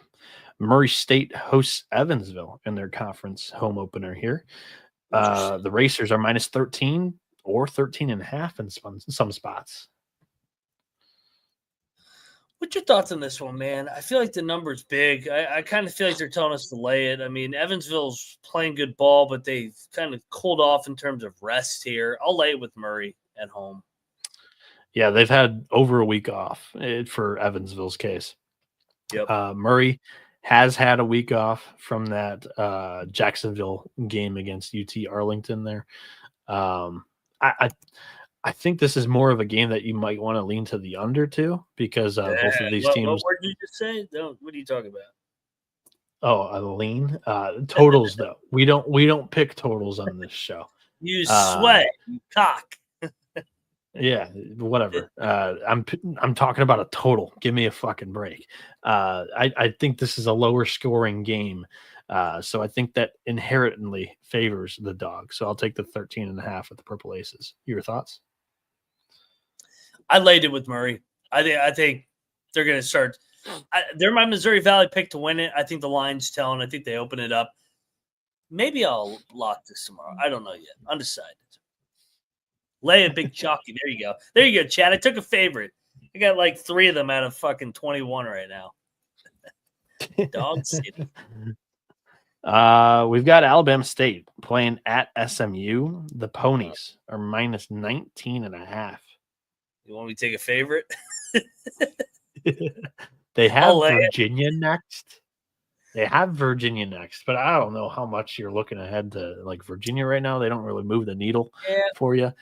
And Alabama State in their road games against these bye game opponents, 14-point loss, 13-point loss to UNLV and LSU respectively. They lost by 19 Akron. They lost by 18 to Cincy. They covered SMU. I think, yeah, they covered this SMU line. But I don't know. I like this SMU team this year, I think. I don't like fading SMU. It's a shady-ass program, and whenever they're fucking laying points, there's an extra incentive for them to cover. So I do see Clark on Alabama State. They probably are the right side. But he's saying they're going to win the SWAC, though. I don't think I can get there.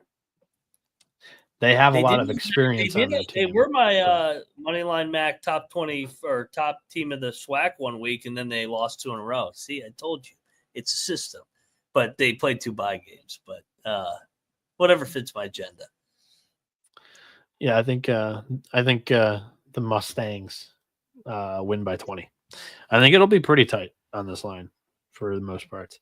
BYU and Providence is a great freaking game. BYU travels all the way across the country to Rhode Island for this one. I think they're leaving with a big W for what it's worth. How about you? Ooh, you're taking Kevin Young's first true road game at the Dunk? Yeah. Oh, I'm all over Providence. They're off of the 0-3 trip here. Desperate spot. Vibes are dead, dude. They do not love the fact. The dunk. No, I'm telling you on Twitter, they do not love the fact that Bryce Hopkins did not play at all in that tournament. Vibes are dead. He's playing tomorrow. I was told he was playing in the Bahamas. He did it. I've heard this once before. I'm taking BYU. Providence is beating BYU. I don't like this spot at all for BYU. I'm all over Providence. Give me the dunk. My low spot. This fucking NBA guy going into Providence. Come on. How low can you go? Well, actually, to be honest, for Providence, they weren't as low as everybody else. I mean, dude, they lost a 2-point game to Oklahoma. Yeah, the Davidson game was disappointing, and the Indiana game was disappointing. So I think you get Hopkins back, a jolt of energy, and yeah, I mean they're back at the dunk. They're a different team at the dunk. They're a different team this year in general. I'm going to lay the points with the Cougs. I don't think that they're that much different. They never went away from the dunk, and they went at the dunk. Clark told you that Hopkins is playing, and he's still locking up BYU. All right, you can take BYU. I got my question marks, especially when they hit the road here, and they're off of a back-to-back in California. Tough road spot here. Providence just had a foreign trip. You like to fade them? Yeah, they're at home. They're at home as a dog. And we typically fade the teams that take the foreign tour. BYU just had a trip too out to Cali. Cali is and then they got to go to Providence. That's across the whole country.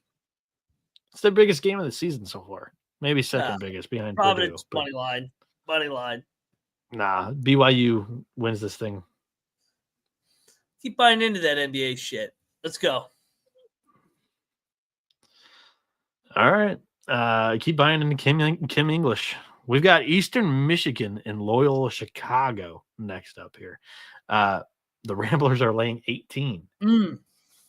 Hey, Mac, this is another one of those buddy angles. Oh, the EMU? Yeah. Sparty.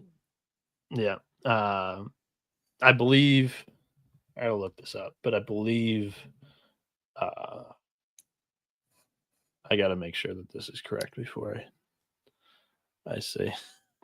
Give me 2 seconds. Yeah, Stan Heath was an assistant, I think, at the time that what's his face was playing Valentine for Spartan. played. Yeah. He was an assistant for Izzo. Yeah, you're right. He was on Izzo's first coaching staff with the Spartans. So I don't think the Ramblers run it up here, but I still think they win this thing by double digits. I think it's very similar to that Detroit game that we saw a couple weeks ago. So I agree. Yeah, let's take EMU. Yep. All right. Utah Tech plays Boise State. The Broncos are minus 23.5 against Dixie State here off the loss to Boston College. But it was the Charleston MTE. I don't know what angle you want to take there.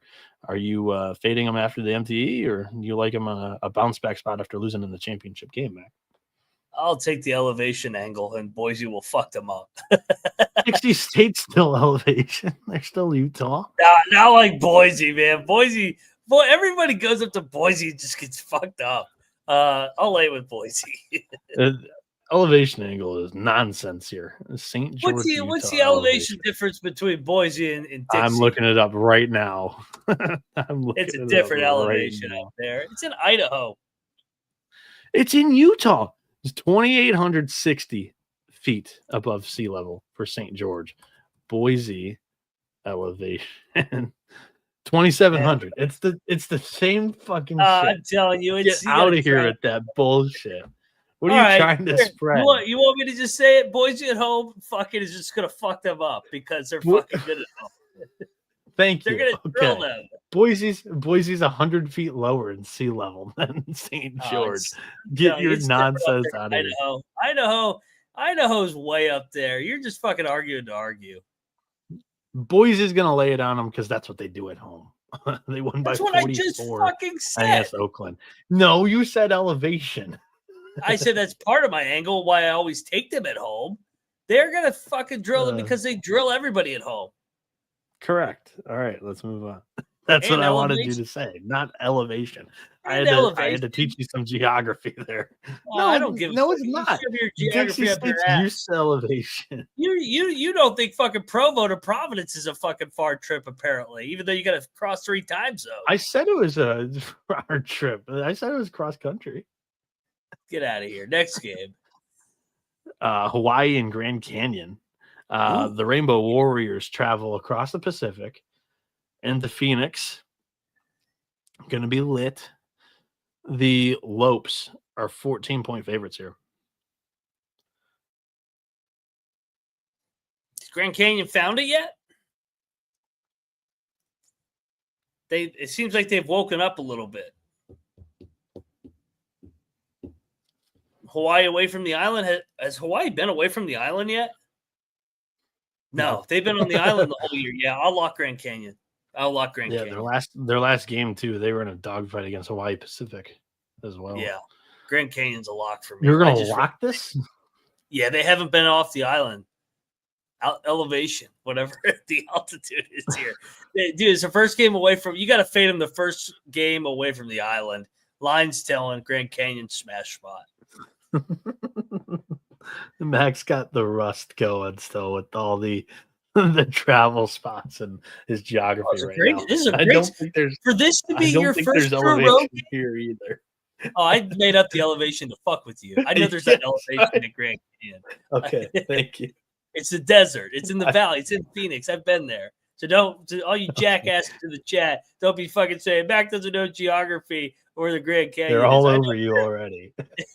I know where the actual Grand Canyon is too, and that actually does have elevation. I don't know if Grand Canyon's totally righted the ship here. And Hawaii's got a good defense. They always have kind of built that program off of their defense. I think there's enough fight in here to cover a 14-point spread. So I'm on the Bows. I'm typically never not on the Bows for what it's worth, but Hawaii for me. Florida State and LSU. Oh, you're locking it. I forgot about play that. The music. My bad.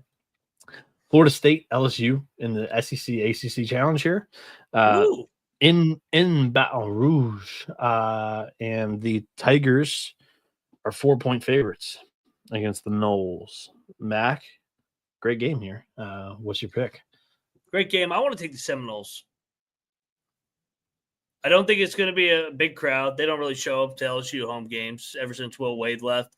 And I think Florida State's playing with the chip on their shoulder. Leonard Hamilton, this is a fringe lock. Check the picks page. I think the Seminoles are going to make a statement. ACC, get up spot. Let's go.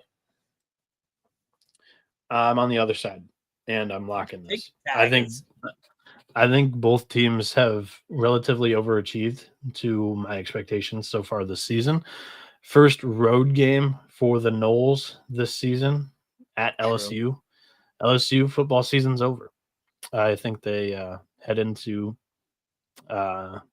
first basketball game with the football season being over, and they cover. I think they win it by 2 possessions, and I'm going to bet that. LSU minus 3.5. Cocktail napkin, for what it's worth, has a -6.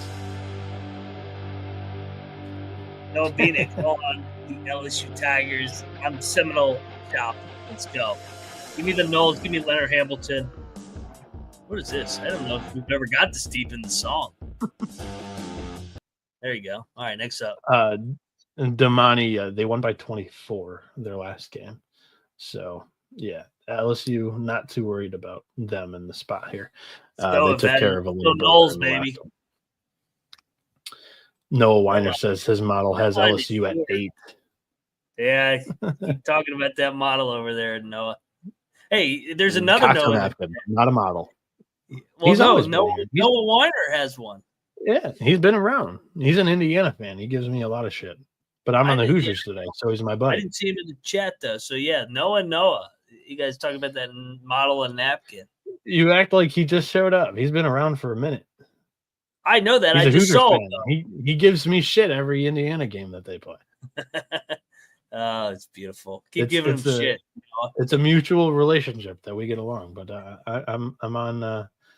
Noah Weiner says he made one during COVID. That's when I did too. You guys and your fucking models and napkins. Let's go. There we Must go. Be a thing. us Noahs like to dive deep into the game of college basketball. Speaking of, Ole Miss hits the road to Louisville. Mac, the Cardinals are -3, kind of right on the key number in college basketball. Not sure the bookmakers know what's going to happen in this one either. It seems like home team Louisville, we'll staple them at 3. We'll see what happens, where people are placing their action in this one. What are you doing in this one, Mac? I think it's wrong team favored. I think Ole Miss is better. I think that's a huge loss losing prior to. Yeah, it's tough. They're down 3 guys for what it's worth. They have 3 injuries. Corin Johnson, Abubakar Traore, and Kashawn Pryor were all expected starters this season, I believe. Corin Johnson might be the only one that I don't know for sure there. But Kashawn Pryor was one of the most important pieces to this team this season. Been playing super well, contributing, on both sides of the ball. And that's a tough replacement that I don't know if they've got like your natural next step up at the 5. Ole Miss off the Purdue loss, I think they go in to Louisville and they get the W. And Chris Beard, any resentment for Chris Beard not getting the Louisville job? Dude, I think this is a kind of a statement game. Beard, the better coach, going to Louisville. Pat Kelsey's still trying to make his name at the high major level. Beard's been here, done that. Give me Ole Miss outright. Wrong team favored. Yep. And, money line. Both of us on the money line there in a double lock. Ole Miss. How about them Rebels? All right, Mac. Tell me who you're taking in the Michigan-Wisconsin game. Wisco, -2.5. Dude, this line's short. I thought this thing would be 4.5 or 5. I think Michigan's a little bit more sexy.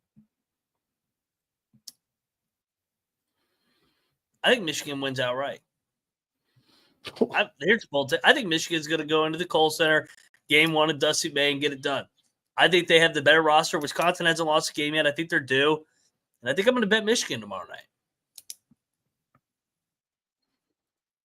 So last year, Wisconsin was 8-2 at the Kohl Center.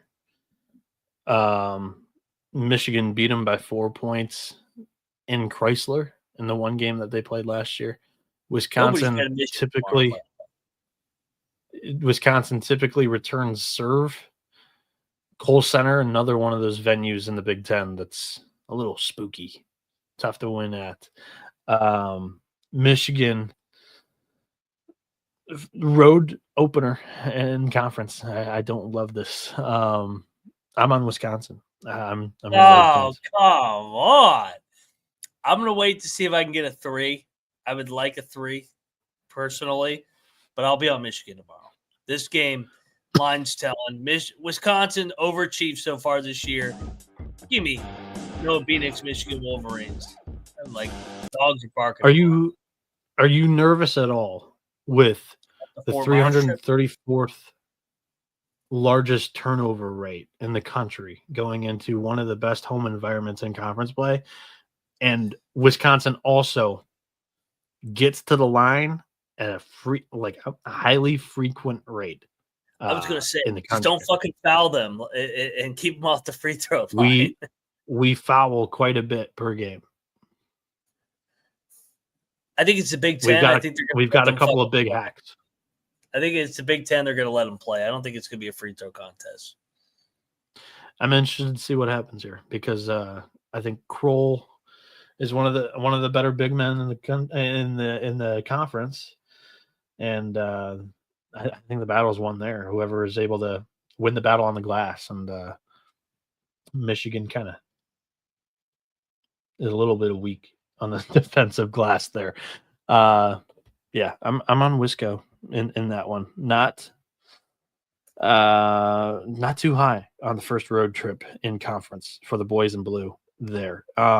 Next game here, as my page refreshed, is San Diego and Arizona State. The Sun Devils are -20. Ugh. It's a big number. We should take the points, I think. Arizona State's fucking played their asses off. Arizona State's got Florida next. Yeah, and they've been playing big game after big game after big game. The problem is Lavin's team sucks. I know they're 3-4. I just have been so unimpressed with them. No bet for me here. No bet. Yeah, I don't think San Diego is good enough to take advantage of a nice look-ahead spot. I'm going to lay the points with the Devils. And that brings us to Georgia Tech, Oklahoma. Ooh, Sooners off a 3-0 Atlantis trip, winning the tournament. They come back to a lowly Georgia Tech team, but the line kind of tells you that Oklahoma should take care of business here. They're 11-point favorites in Norman. Give me Georgia Tech. Give me Georgia Tech. Oklahoma just won. I'm with TVDBJ on this one. First road game for Georgia Tech this season. The line kind of tells me that they're going to take care of business. I think we get a tight one here. I want to take Georgia Tech. Oklahoma off 3 tough games in the Bahamas, coming home and laying double digits. No, thank you. Give me Georgia Tech. All right. Little bit of disagreement there. I'm on the Sooners. You're on the Yellow Jackets. And the game that maybe has lost the most intrigue since the preseason in this SEC ACC challenge, Texas A&M is a 9-point favorite at home against Wake Forest. Texas A&M's football season just ended to the hands of the Longhorns on Saturday night. First home game in college basketball. Since that, is a get up game, I think. And I don't know, the Demon Deacons to me haven't shown much this season, and the one time they hit the road, 15-point loss against Xavier. I'm going to lock this up. I think A&M takes care of business in this spot. Let's do battle. I'm fading the Vegas comeback trip. I think Wake already got their loss out of the way on the road, going to Xavier. That place was lit. They're used to playing in lit environments now. And I think Wake, man, this is a spot. You've been on the bubble the last couple of years. You got to pop up here and be competitive. So and have a chance to win this thing. So and I love to fade Buzz as a big favorite too. He's so inconsistent. So I'll fade the shit show, the Buzzsaw, lock battle you. Give me the Deacons. You're on the Buzz. You don't want to fade Disney World? Wake Forest is just at Disney World. Well, they're the dog. They're the underdog. I like fading the teams as big favorites coming back. They're fucking go through the motions. I don't think you go through the motions in a big home game like this. Give me A&M. 9 points. Too many. Win by double digits. It's Ohio State all over again, in my opinion. Okay. One of the bigger ones on the day. Let's talk about it. Let's dive in. Kentucky and Clemson. The Wildcats are 2-point favorites at Little John against the Tigers. This game's awesome. Elite 8 team against a new regime in the Big Blue Nation. How well does Kentucky travel here? It's not too decent. But I mean, Clemson will be lit. Don't get it mistake. We've seen Kentucky take over Columbia, South Carolina. Yeah. Clemson's a little bit of a shorter trip. South Carolina basketball fans suck, though. Clemson has better fans, in my opinion. Ooh, I don't know. I mean, I think South Carolina or Clemson has shown up more over the years than South Carolina. South Carolina's only been good literally 1 year. Yes. You're probably right when you're just comparing basketball fans. But I think I think both basketball fan bases are relatively lacking. There's definitely an opportunity for a Big Blue takeover, in my opinion. So and I also don't think the first road game really affects Kentucky too much. They've got a lot of seniors on this team. They're a very experienced, older team. The thing I'm more worried about is Gonzaga next. I don't know how much you're looking over an Elite Eight team from last season for Gonzaga, but that's also a big game next year. I love Clemson. I don't think this game is a good matchup for him. I like Kentucky here. I think Kentucky wins this thing. No, Clemson. Clemson's winning this game. This is Mark Pope's first road game in Kentucky. Yeah, I know they're seniors, but it's their first time together on the road. It might not be a huge road game. I think Big Blue's going to get up there. It's going to be a road game. It's always a road game when Kentucky hits the road. Like you look at it, wherever they go, it's their Super Bowl spot. Clemson, this is probably the number one purchase game on their season tickets. Clemson is going to be on fire. Yeah, there will be some blue in there, but it will be more Clemson. Clemson is going to win the game outright. They're more battle tested. They're more battle tested than Kentucky. Are they? Yes. Kentucky's played one game. Other than that, every game's been at Rupp. Clemson, on the other hand, has gone to Boise. They lost that game. They beat San Fran. They beat Penn State, who's been rolling. I think they're more battle-tested, in my opinion. More quality teams that they've played. Kentucky's just beat Duke. That's it. I don't know if it's like a tremendous angle that Clemson's more battle-tested here. The one battle that they played, the best team, Boise, they ran them off the floor. I like Clemson. I think they'll be good this season. Test. They're fucking 8-1. Penn State has cleaned up on competition that they should have so far. I think their power rating's a little inflated. I like San Fran, but they're not as good as Kentucky. Yeah, but the game's at Clemson. Which I don't think is like a huge – I think Big Blue's going to travel a little bit here. All right, turn on the game tomorrow. It's going to be a Clemson home game. Like, you're giving Kentucky a little bit too much credit. You're blowing smoke up their ass a little bit too much right now. I've seen them do it. There's going to be quite a bit of blue in the crowd. They'll have 20% of it. I think they'll have a little bit more. Clemson's going to drill them. Oh, that's too far. Yeah. It's going to be a close game. I think Kentucky wins this thing by like Mark Pope. Mark Pope's was not good on the road early last year. Clemson all day. All right. I'm not betting this, so you can play your music. Oh, you're not battling me? You made the case. I like Clemson. I'm nervous about this game. Oh, I don't think this fucking is a great matchup. This is fucking it's a big time game. Clemson all day. Why isn't the music playing? It was at the end of the thing. There you go. Made all that case for Kentucky. You didn't even lock them. I like Kentucky's depth. I like their experience. The first true road game of the season angle don't bother me because Big Blue's going to travel a little bit, I think. I'm on Kentucky. UTSA hits the road to St. Mary's. The Gales are 23.5-point favorites. Lay it. Lay it. They're off the loss. Yeah. I was kind of gonna judge my analysis based off of what you had, but we both kind of approached that the same. So not a lot of conviction.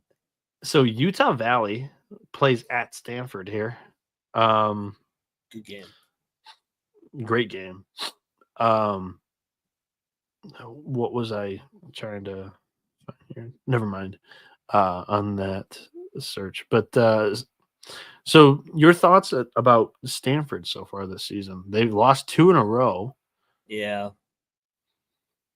Is that tempting line where you want to take the points with the dog, but it might get drilled here late? Feels like Stanford opens it up late, covers last minute. They just lost their bye game. So I think this is a little bit more of a they're gonna fuck them up. A stomp spot. I'm not so much as bold as you on this one. I'm not gonna play it, but yeah, I think Stanford wins this thing by like 15. Solid. We've got we've got a Pac-12 game being played in the Big Ten tomorrow. Yeah. Washington at UCLA. And the Bruins are 13-point favorites.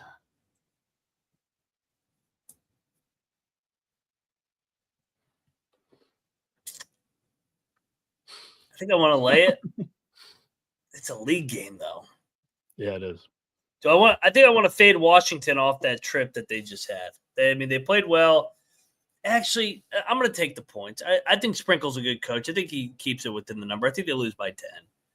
So 13 is a lot of points.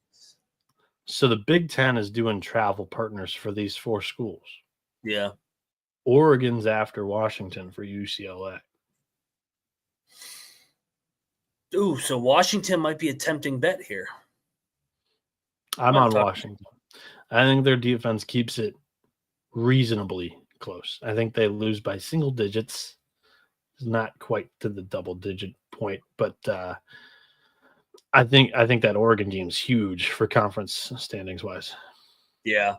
Yeah, I think Sprinkle's good when his back's against the wall, too. He's a guy, and Nick's not a guy I like to take as a favorite. I like him more as a short favorite. They've run it up on a couple of teams this year, but I'm typically in that same boat with you. So I'm on the Huskies with you. All right, that wraps up the show. Mac, I wanted to get your opinion on this. Your thoughts on the Big East against Big 12? Obviously, I don't think you're playing Big 12 to win this thing. It's minus 400. Do you think the Big 12 wins more than 6.5 games, or is this a little bit more competitive? I think last year was 8-3. I think it's going to be 8-3 again. Ooh. We kind of ran through it yesterday or earlier today, Meatcap and Huff, and they're only going to be the Big East is only going to be favored in like 2 or 3 games. I agree, but if they want a chance at winning 5 or 6 to make it competitive, or 5, they got to pull off some of these upsets like Providence over BYU, Villanova over Cincinnati. I'm in the same boat as you. They got to get these tomorrow night. I'm in the same boat as you. I took more Big 12 teams than Big East. I'm not sure I'm playing any of this for what it's worth. I think it goes pretty chalky in the Big East, Big 12 battle there. But the ACC, SEC challenge, I think the ACC has a little bit more opportunities to pull off the upsets than the Big East does, right? Yeah. Yep. Yeah, I would agree with you. Well, and they have a chance to do it up top. Wednesday night, you got your 2 big dogs, Duke and Carolina, getting a shot at all. Like, you got to win at least one of those. If you lose both, then it's a fuck. It's actually a true home game.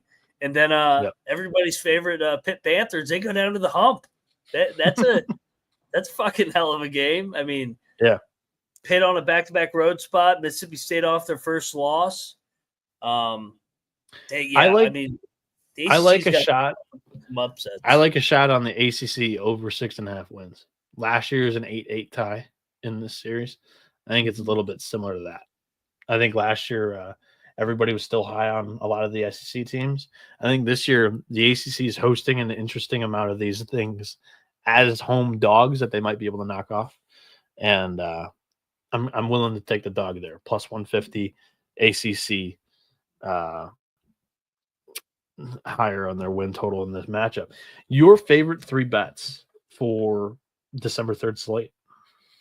Yeah, I'll co-sign that too. I'll take the ACC. I think they're going to overperform. Their backs against the wall. They do have a little bit of pride as much as I bust their balls. The SEC is also getting fucking their dick sucked right now by everybody. So, like, this is the time if you're going to get the SEC to pop them a little bit. Clemson, Providence, and Villanova. 3 home dogs for me tomorrow night. Let's get it. So I'm going to take you to the 3 like true Courtney Love games that I loved. Number 1, Boston College wins at home outright. Plus 3.5 they're catching here. They win it outright against South Carolina. Who's South Carolina to be laying points on the road? Next, who's Dartmouth to be laying points on the road? At New Hampshire. Give me the Wildcats after Dartmouth pulled off a Gatorade dumping victory over the Eagles there. And then UT Martin catching 4.5 points against Charleston Southern, who just beat Miami. Their first win of the season or second win of the season, whatever it was. Skyhawks. They go in there and they get the cover too. They might even get it done on the money line. 3 short dogs. All of them smell like total shit. But I think there's value on all 3. Cocktail Napkin loves them. So dive into the stink there. That's going to wrap up today's show. Great slate of games. We went in depth on quite a few of them. Colby will be back for tomorrow's slate of games. Tremendous day for hoops coming up in the next 2 days here, both Tuesday and Wednesday. Some of the biggest non-conference slates of the season. We've been seeing screenshots ever since the AP poll came out of all the ranked matchups that we're getting tomorrow. It's going to be a really good day, really fun day of hoops. Mac, anything else that you want to wrap up this show with? Pre-game show tomorrow night will be really good. Yeah. I mean, we got a lot of games to dive into. Yeah, I think I'll have about 30 plus bets, and maybe I'll throw 5 or 6 favorites in there. It's gonna be heavy dog just season looking at this card right now. All right, that's gonna wrap it up. If you're looking to follow myself, Noah Bieniek, you can do so at NoahB77_. Picking up my college baseball coverage now since the calendar flipped to December and the final regular season week of college football is in the books. It's now college baseball off-season, preseason time. Mac is on social media at Moneyline_Mac. He's doing great stuff covering the entire game of college basketball, all 364 teams, doing teams of the week every single Sunday night when the games are a little bit down in college basketball and they're avoiding the NFL late nights windows. He does great work over there. And if you're looking to follow this show, you can do so at TCE on SGPN. You're looking to follow the typical host of this, Colby Dant. You can do so at the Colby D. He's huge into the streets of college football right now. The playoff is right around the corner, covering conference championship week as well. He is right now over on Sports Gambling Podcast. You can check them out. Sports Gambling Podcast. You could check out the Sports Gambling Podcast Network, the entire umbrella. We've got something for everybody, whether it be NBA, NHL, NASCAR, and college baseball, the Big 12 college experience, the college football experience, of course. Check it all out. We got something for everybody. This has been the college basketball experience. You better start thinking about yours. And we out of here.